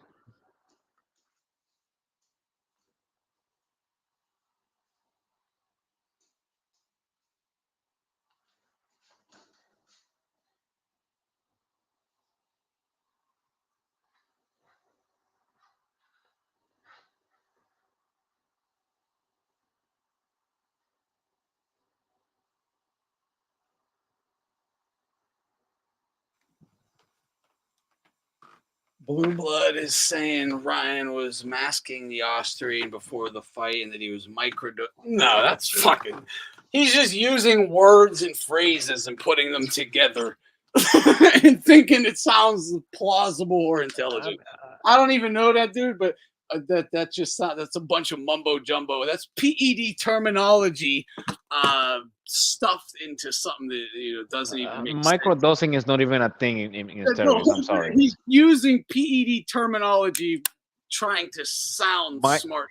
Fucking microdosing. That's when these guys are done because microdosing only works when you using drugs. And it only works with certain substances. First of all, you can't microdose anything. With exactly like your body just gonna metabolize it. Like it's fucking dumb. very few things can you microdose and have like some sort of a benefit. And usually it's like a psychosomatic benefit. You think And it's doing microdosing is like pretty much like regarding on your weight and height. Like if you're like a small person and you know weigh that much, like yeah, you're gonna use less than the dose recommended. yeah, But nah, yeah. that don't make Yeah, fucking sense, yeah, bro. blue blood. He has no clue what he's talking about. But not, if Plus, he's, I don't even know, but I know enough about him. I can promise you, he don't know what and the fuck. Ostring is one of those steroids that put you back like a pepperoni pizza, like just get you back with a whole bunch of acne as well. Like it's one of those steroids because messed up your liver. Yeah, dude's just again, he's just fucking. Yeah, it's some sort of bias, and he's using terminology he probably heard someone like me say before, and he's trying to steal it and sound intelligent to his fucking idiotic viewership, because that's nonsense. The what he's saying, like the masking, the ostarine and micro, that's bullshit. You're not masking ostarine, number one, so that shows he's fucking clueless. You're not masking it, you're getting caught every time you take it. It's one of the drugs they have a clear definitive test for, and you're getting caught if you take it. So microdosing is fucking retarded, and you can't microdose it because you need like 30 milligrams a day at least for 2 to 3 weeks to start seeing a benefit. So you got to know the He's so drug. stupid, He's a Anthony. fool. He's a fool. We He's don't know so what he's talking stupid about. that he don't he I'll just say he's a fool on this subject because obviously he's biased. So he's just fucking blabbering. Yeah. he's so stupid, Anthony, that he don't realize that Ostring is one of those substances that are quantifiable, which means like it's not quantifiable, which means like they don't care the amount that you have as long as you pop positive, they Yeah. like you know they move you out because they never said the amount he was he put positive. They just mentioned like you know it was like 6 of 1,000 or whatever, but they don't give you the exact amount. The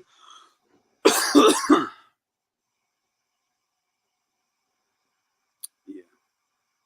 Put it this way.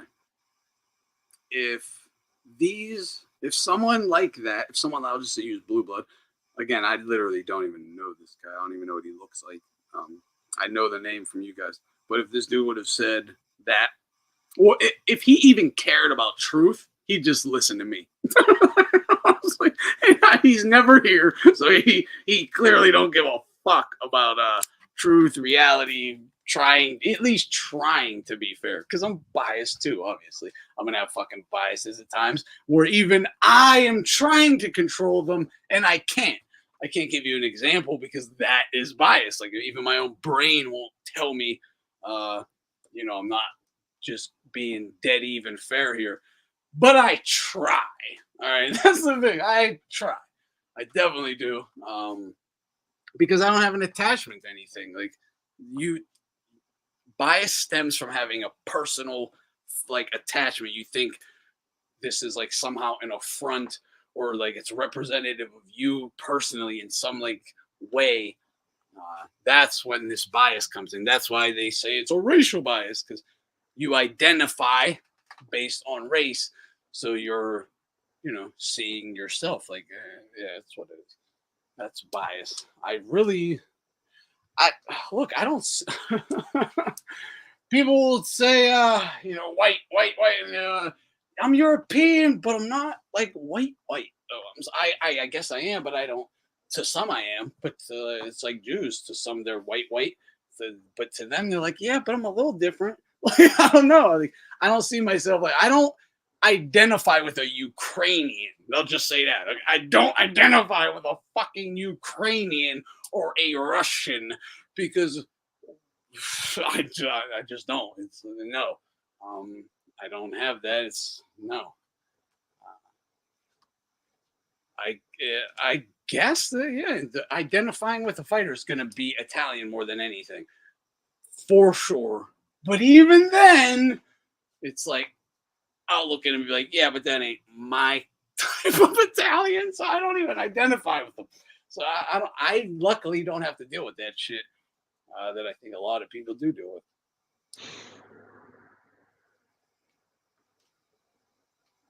You're good at eliminating bias because I learned it just keeps you from knowing what's going on.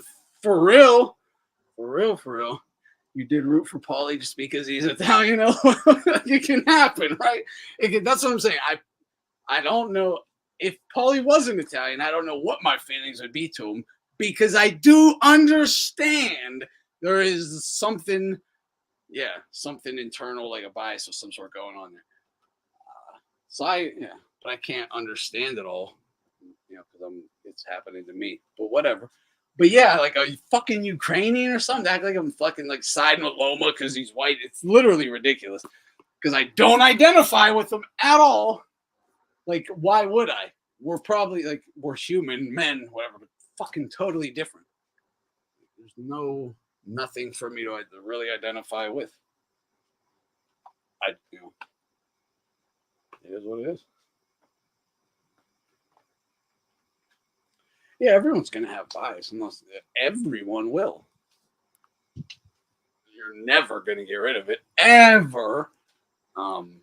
Hopefully you can control it and identify it. That's all. Identify it and control it. If you're going to talk boxing, like, you actually know what the fuck you're talking about. Like Zed said, because you really can't even talk boxing if you're biased, because you're just going to make a fucking ass out of yourself and teach people a bunch of bullshit over and over, a la Blue Blood, right?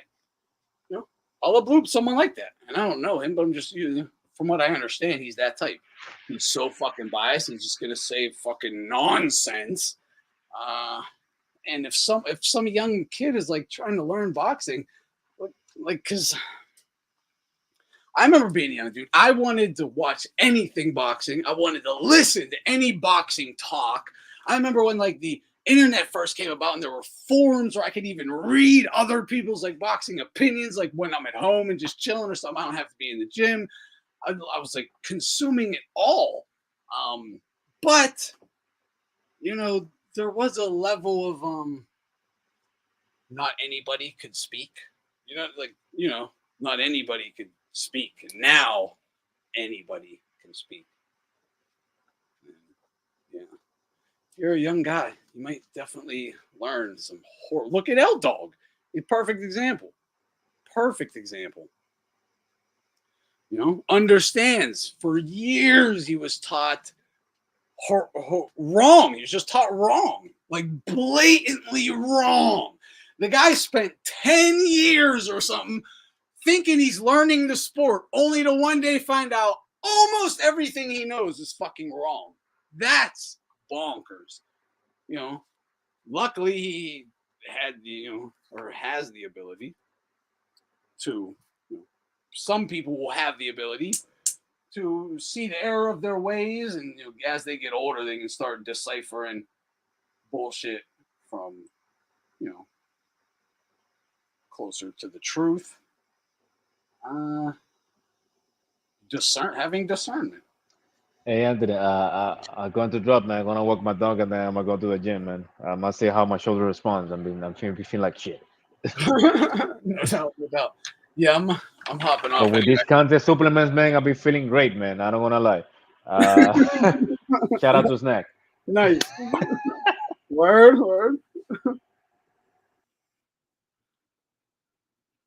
Oh, you came to boxing from the NFL.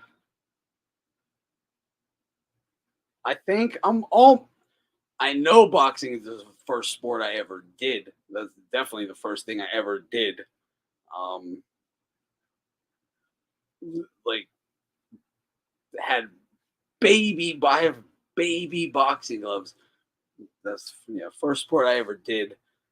Definitely it's really the only sport I ever cared about. I've watched other sports. I never gave two shits about them ever. I liked playing all sports. I like playing or doing anything. But yeah. Boxing to me is every sport at its most pure level. That's why. Like a team sport is just a simulated war. Why cut out all the bullshit and just put your two best soldiers against each other? Let's go to war. Okay. What are the rules of engagement? And just purify that shit down to its purest level. You got boxing. That's the way I see it. Like, cut out all the nonsense. That's why I always said, no one, if you cut it to high school,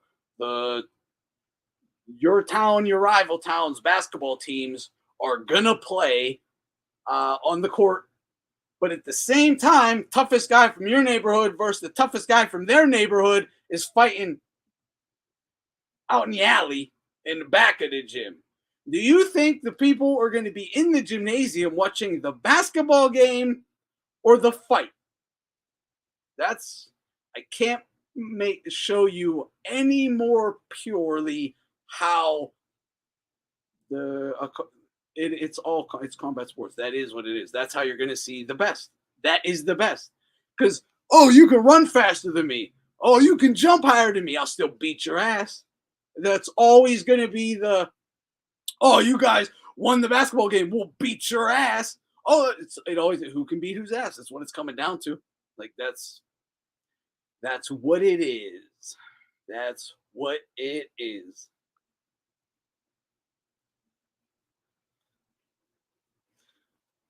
So, like, all the other sports are fun. Don't get me, they all got their purpose, absolutely, or they could have their purpose. But when it comes down to it, you can't, you can tell me you're the better athlete all day. Oh, you got the baseball scholarship. You got colleges looking at you for football. I'll beat your ass, though. I'll beat your ass, right? Like, all of a sudden, your athletic abilities really don't mean shit anymore, right? Like, because that's what they are for. You're telling me all these athletic abilities because you'll kick some ass, really, right? Otherwise, why do I care? Oh, you run fast, you jump high? Yeah, I'll beat your ass, though. Like, obviously, what would you say? No, you can't. And if you do, now there's nothing I can say. Because if you beat my ass, you run faster, you jump higher, you do blah, blah, and you beat my ass. Like, there's nothing. But if I can beat your ass, no one cares if you can run faster than me. I beat your ass. Like, where it matters. That is why, to me, the combat sports will always triumph any sport.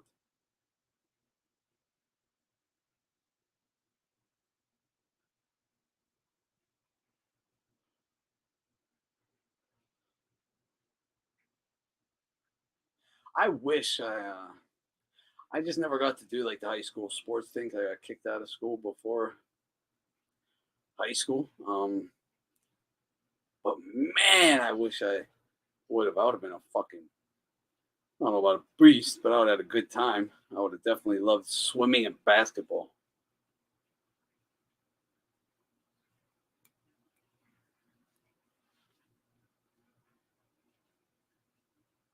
But I was never, like, the fastest or the highest jumper. I was like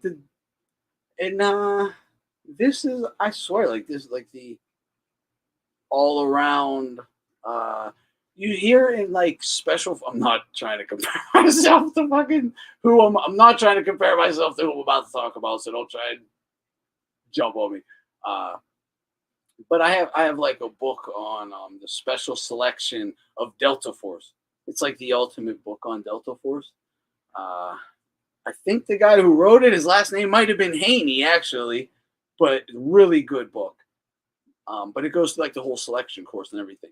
And the guys, and this goes for the same as the SEALs and all that, it's not the front runners that they want. It's the middle of the pack guys. They're not the fastest. They're not the strongest, but they have it. They have enough to keep going and to just sustain. Like, yeah, definitely wouldn't have been no fucking great basketball player, but would have had a fun time. It could hold my own. Would have been fun. I think the same with swimming. Distance is it's endurance is all mental. I've said this a million times. Like, it's all mental. Like, going back to just boxing, with Holyfield coming out of the Olympics, dude could only go 3 rounds. So they started shortening the minutes of the rounds and making him go longer. So he's really going the same amount of time, but in the gym, he thinks he's going longer. Then they have him going like 10-minute or 10 2-minute rounds. He thinks he's going 10 3-minute rounds. He's not, but mentally he is, right? So then they got him going 15 2-minute rounds. He thinks he's a 15-round fighter. It's all mental. Guys back in the day, you think they were better physically conditioned than now? They weren't, but they could go 20 hours straight. 20, there's boxing matches, 20 hours. Like 10 hours, though, hundreds and hundreds of times. It was common to just for two guys to fight all day long. Khabib goes, Habib in the UFC goes, these guys, it don't matter if it's 1 5-minute round, 3 5-minute rounds, 5, 10, 20. You can go all day once you break through the, yeah. Obviously, you're not going to be at your absolute best peak, but, relative, the other guy's going to be tiring as well. Yeah, I agree. I absolutely agree. Just trudge through the 4-minute round, 4-minute rounds over and over again, because then when you do cut it back to 3, you're going to be like, oh, this is cake. This is cake. That's the mental advantage you want, not the trickery. You want yourself to know you actually are a 3-minute round fighter because you go 4-minute rounds. So then when it's 3 minutes, it's cake. Yeah, I would use that trick, if you want to call it a trick, on a fighter myself. Yeah.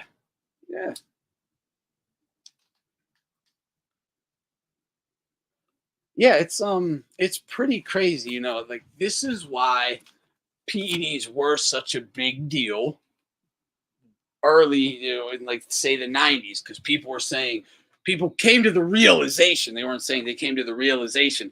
A guy who's 35, 40 can perform like he's 28.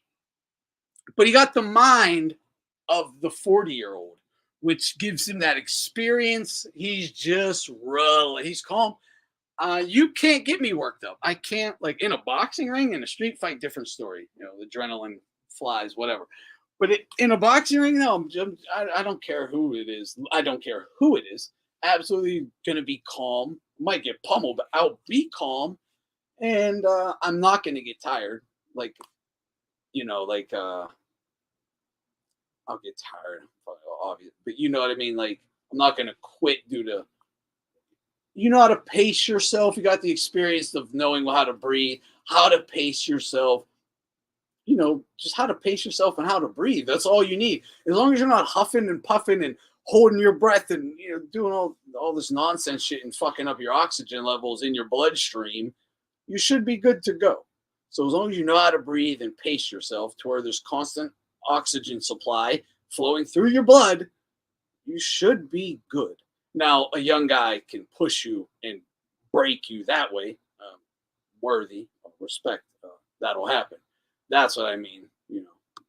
So obviously you can get tired, but yeah, get tired during your bag workouts because I throw every single punch with power and try to put them in 2s, 3s, 4s. When you throw singles, it's full power. Yeah, exactly. And we were talking about this with the mitts, with the bags, because you can just push yourself to limits in simulations, right? A simulated fight on a bag or on mitts. You can push yourself to a much further level because you don't have to worry about fire getting returned. So you can just haul off and tee off and like really slowly throw with all power because you're gassed and just forcing it out of you. In a fight, you couldn't do that because he's just going to zap you and fuck you up. So you can push yourself physically on an endurance stamina level way harder, generally way harder bag work, mitt work. And you stimulated it. You're almost shadow boxing. You are hopefully not all the time, but a lot of times you're fighting an invisible guy on the bag, right? You're imagining like, oh, he threw the jab, I'm slipping, rip the liver shot, blah, blah, blah, and explode. And like, you can live in fantasy land on the bag. So you can just open up with 4, 5, 6 punch combos constantly, pivoting, switching stances, doing whatever you want. You can really go all out when obviously you can't do that in sparring because you have to worry about defense. And I'm not saying don't keep your hands up on the bag work, but you get what I'm saying. You're not going to get hit for just pushing yourself to, limits and trying new things. Yeah, I've ran into guys, kids or younger men. I trained back in the day that, dude, it was so hard to get them to do bag work. Like, it was damn near impossible. Like, they might do it, but they weren't doing it right. So it's like, why even have them doing it? They're begrudgingly doing bag work. Yeah, it's like, bro, if you only knew, like, number one, you're not just getting to try new shit out and get fluid and get your balance, but the power of hitting a heavy bag is to build up your whole body, to send them shockwaves down from your fist, your shoulders, your back, to build up the fibers, because it's allowing you to punch harder, like, to be stronger, to be more physical. These guys like only want to point fight and sparring or do mitt work, and man, you're missing a whole. I mean, you're missing a giant chunk of this stuff, my man. It sure is. That is where. That's absolutely where I learned how to breathe in combination with punching, defensive movements, and all of that. It is the bag, yeah. And then you take what you learned or think you learned or whatever into the ring, see how it works, see how it goes. And it usually goes pretty well because it's going to be damn near the same. But yeah, you can then iron out any little kinks. But yeah, it all stems from the bag. But yeah, the bag. This is interesting. This is to me, I guess that's the, I don't even know the word I want to use. Almost the will or something like. It's not the will, but the will of somebody. When you just see that dude who will work the bag for 10 rounds, and on the 10th round he's working it just as hard as he was in the first round, and no one's telling him to do it at all. Like, he's just monster training all on his own. No one hovering over him. No one saying anything. The guy's just killing it on his own. There's something to be said about that, right? There's something to be said about that, right? That guy, that kid, whatever. There's something in him. There's something in him, right? He's got that internal drive to keep going, do whatever is in his head. Get better, keep working hard, get stronger, faster, whatever. There's something in him internally compared to maybe the other guy who's begrudgingly working that bag soft, just hoping for the round to ding, right? He can't wait for that ding, ding, ding, fucking step back. Nah, the other guy, he's eating that bag alive, crushing it round after round, passionate as hell, having fun, right? That's the guy.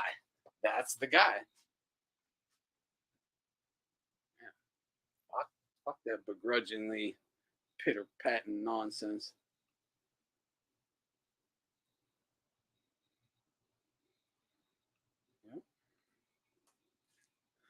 Yeah, we were talking with power.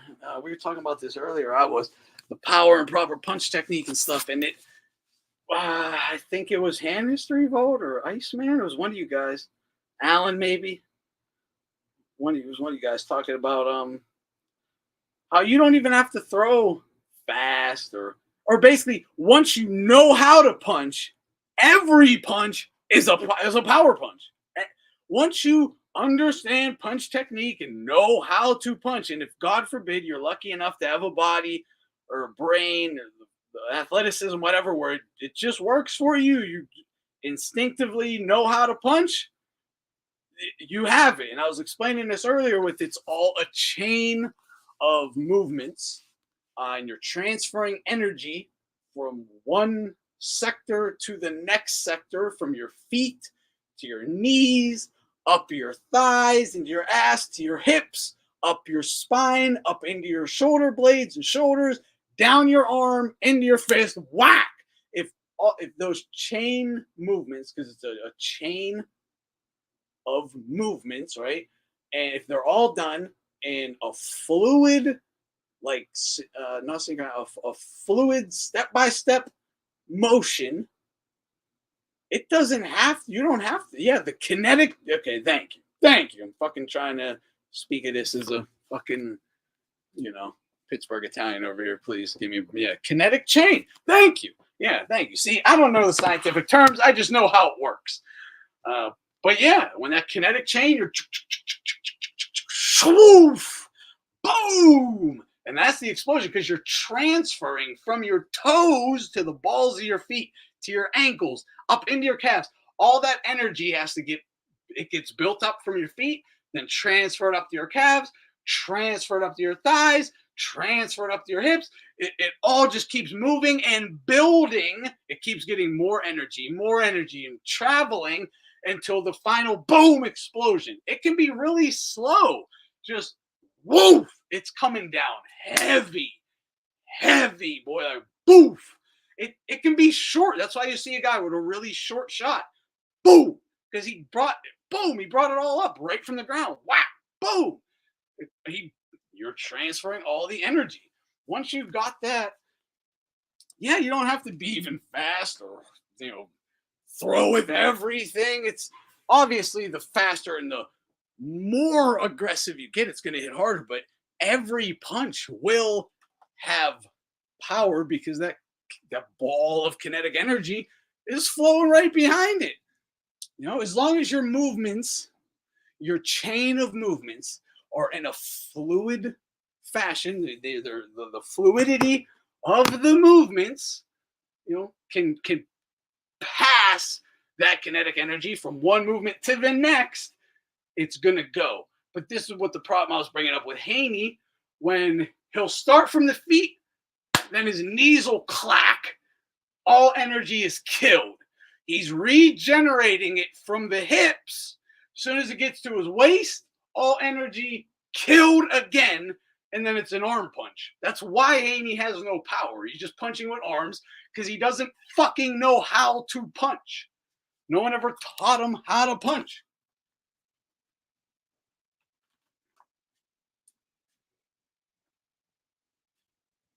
Salute, Moody. God bless you, brother.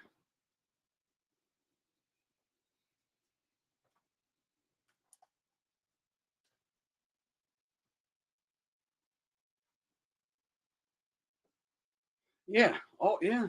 Yeah. I don't like that pity pass stuff. Every punch should be devastating. I don't understand. Why would you train to only... It doesn't mean once you're in the actual fight that every punch has to be power, like to devastating, right? Bad intentions or whatever, even though they kind of should. But there's a time and place for everything. However, in training, why would you not train to throw every punch with as worst intentions as possible? Why would you train where only 10% of your punches are bad intentioned? Like only 10% of your punches are power punches in training. Why would you do that? How is that in any way going to benefit you more than every punch bad intentions? Every single punch, bad intentions.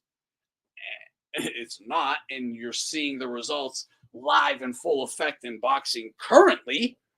Real ones, fake ones. What I call them, we know what the real ones are. They're literally throwing with bad intentions all the time, proper punch technique. They know how to fight. And then you got a marrow bum, fake ones. They never throw with bad intentions. They don't know how to fight. They don't know how to punch. Duh. Yeah, I wonder where all this comes from. It's fucking schooling.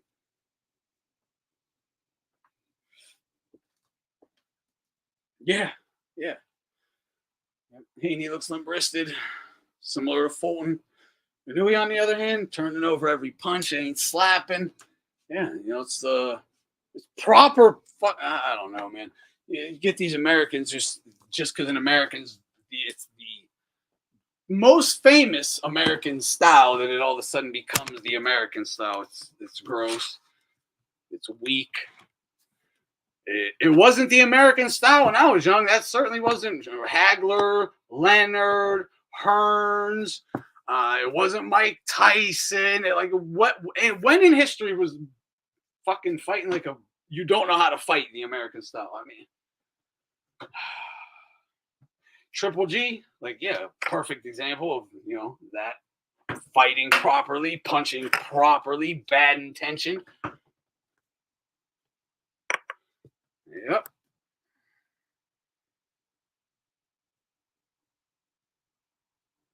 Really? I'm gonna have to try that. Using dumbbells and allowed them to consistently punch with power. You do squats, 32 kilogram weights in each hand. Your wrists don't hurt as much. That was always my biggest weakness. Yeah, when punching. Yeah, that was always my problem. My wrists for 10 years just fucking throbbed. Just screamed in pain every day. I punched proper, though. I wasn't a slapper or nothing. It was just, I don't know. Just hurt. Yeah. I mean, your bones can only stand up to so much impact. Right? Definitely was never a slapper, though. Again, to me, everyone knows Tyson's my favorite fighter, and it ain't there's plenty of reasons why, but mostly it's the style. It's the style. It's the most, to me, it's as good as it gets. Aggressive bob and weave, slip counter, fucking destroy, punch through your target, and knockout artist destroyer. It's as good as it gets. With the peekaboo and with Mike doing it, right? So when I see someone like Haney, when to understand where I'm really coming from, I'm comparing almost everything to that. I get it. It's a bit unfair. It's a high bar, but that's the best I've ever seen in my life. My two eyes, something just uber impressive. That's still the best I've seen it done.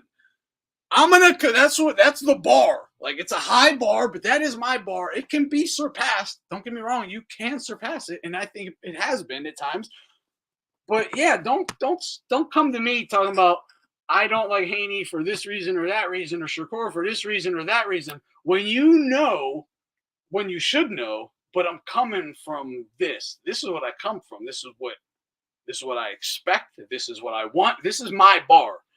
Your bar is just way down here, dude. That's on you. No, no. I want that. I want total destruction. And supreme confidence. Supreme confidence. Not, I gotta run to a decision and then talk shit afterwards. And then have all my clown fans talk about, I don't know, defense. Defense, right? Yeah, okay. In the fight game. Yeah. Since when was any fighter ever praised, loved? The fans fucking loved them because of defense, right? When in history, has that ever been a thing? Oh, Willie, what about Willie Pep? What about Willie Pep? What did anyone ever say about Willie Pep? What? Who loved the Willie Pep? They just said that guy was super fucking defensive. So what did that mean? He didn't like the fucking, and no one like was like, man, that's my favorite though. Pep is my favorite. No one ever says that. Who's their favorite, right? Joe Louis, Dempsey, Marciano, fucking Hagler, Hearns and Leonard, killers, right? Killers. Mike Tyson, so for these people to all of a sudden act like all of a sudden the pussy fucking patty cake, not like, no, they're not devastating. Not that no one likes them in history nor now. For them to pretend that they do, and something's wrong with you if you don't. I mean, dude, that should tell you alone that you're being gaslit to an extreme level. Extreme level. Because no one in history ever liked that shit, and they still don't. Like, they still don't.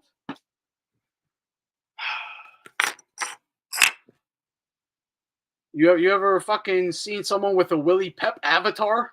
You ever seen someone with a fucking Willie Pep avatar? Who got a fucking who got a Willie Pep hoodie? Right? Anything? Who got a Willie Pep poster? Anyone? Anybody? Didn't think so, man. Because no one gives a fuck about defense. Pernell Whitaker, right? It's someone I know. Who got the Pernell avatar? Who got Pernell hoodie? Who's Pernell's their fucking favorite ever? Nah, a lot to respect, a lot to be like, damn, I wish I had that in my arsenal or whatever. But don't act like that's the fucking end all be all. Oh, as long as you're fucking can slip and run away from punches, you're the best. No one gives a shit about that. No one gives a shit about that. It's good for what it's good for. That's it. It ain't the end all be all. It's one little thing you should have in your arsenal, if you can, and you don't need it. Did Golovkin have it? Yeah, didn't think so. Didn't need it. Love Sweet Pea too. Just an example, but come on. No one's favorite. We love him. He ain't our favorite. He's no one's favorite. Willie Pep don't get his just due. Yeah, apparently not. And he probably wasn't a cherry picker either. I guarantee he wasn't, actually. But I got to get off here, guys. I got to get off. 5:30. Heading out. You were in high school. Hawker was trolling the ODPC.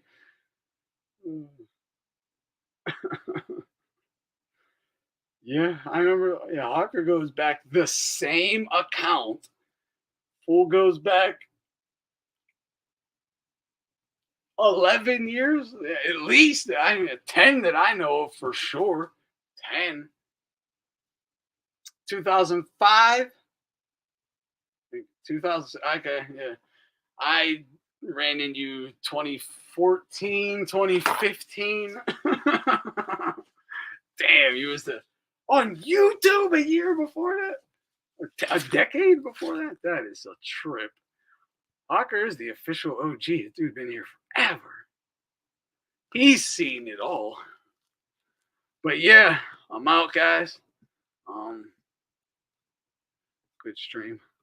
Good stream. Yeah, I don't know. I'll try to. I don't know. Let's see what happens with this Shakur fight, right?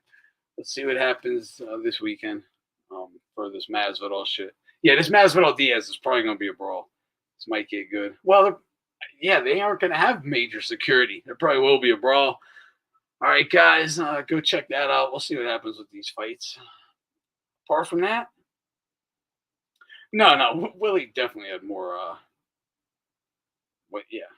There's film of him. He definitely had more offense than he gets credit for. But I just want to use it as an example. If defense is, loved that much and it's somehow all that matters, then why does no one care about it? Again, the second Floyd ain't fighting. Why does no one care? But who goes and watches Floyd fights? Who rewatches Floyd highlights or Floyd fights? No one. It doesn't exist. Do you see Floyd fights or highlights coming across your feed? Does any boxing fan get Floyd shit in their feed? No. Guess what, though? I get Duran. I get Pacquiao. I get Loma. I mean, I get every old school guy. Ed De La Hoya, Mosley. I get them all. I don't get Floyd shit. And it ain't because I'm not watching it. It's because no one makes it because there's nothing exciting. There's no drama. There's no action. It's bullying at the highest levels, really, in 90% of fucking cases. That's how you know that pussy shit. No one likes it. It's their copium, how they cope and make you like try to gaslight you into thinking that the guy they like is actually good. When you know they suck, they know they suck, but they like them anyway, which is why they get mad and usually scream at you and like call you a name or something when you out debate them. And they don't, or whatever, just explain to them why their guy sucks because they don't have an answer for it because they know you're telling the truth. But, all right, guys, I'm out. Have a good one. God bless everyone.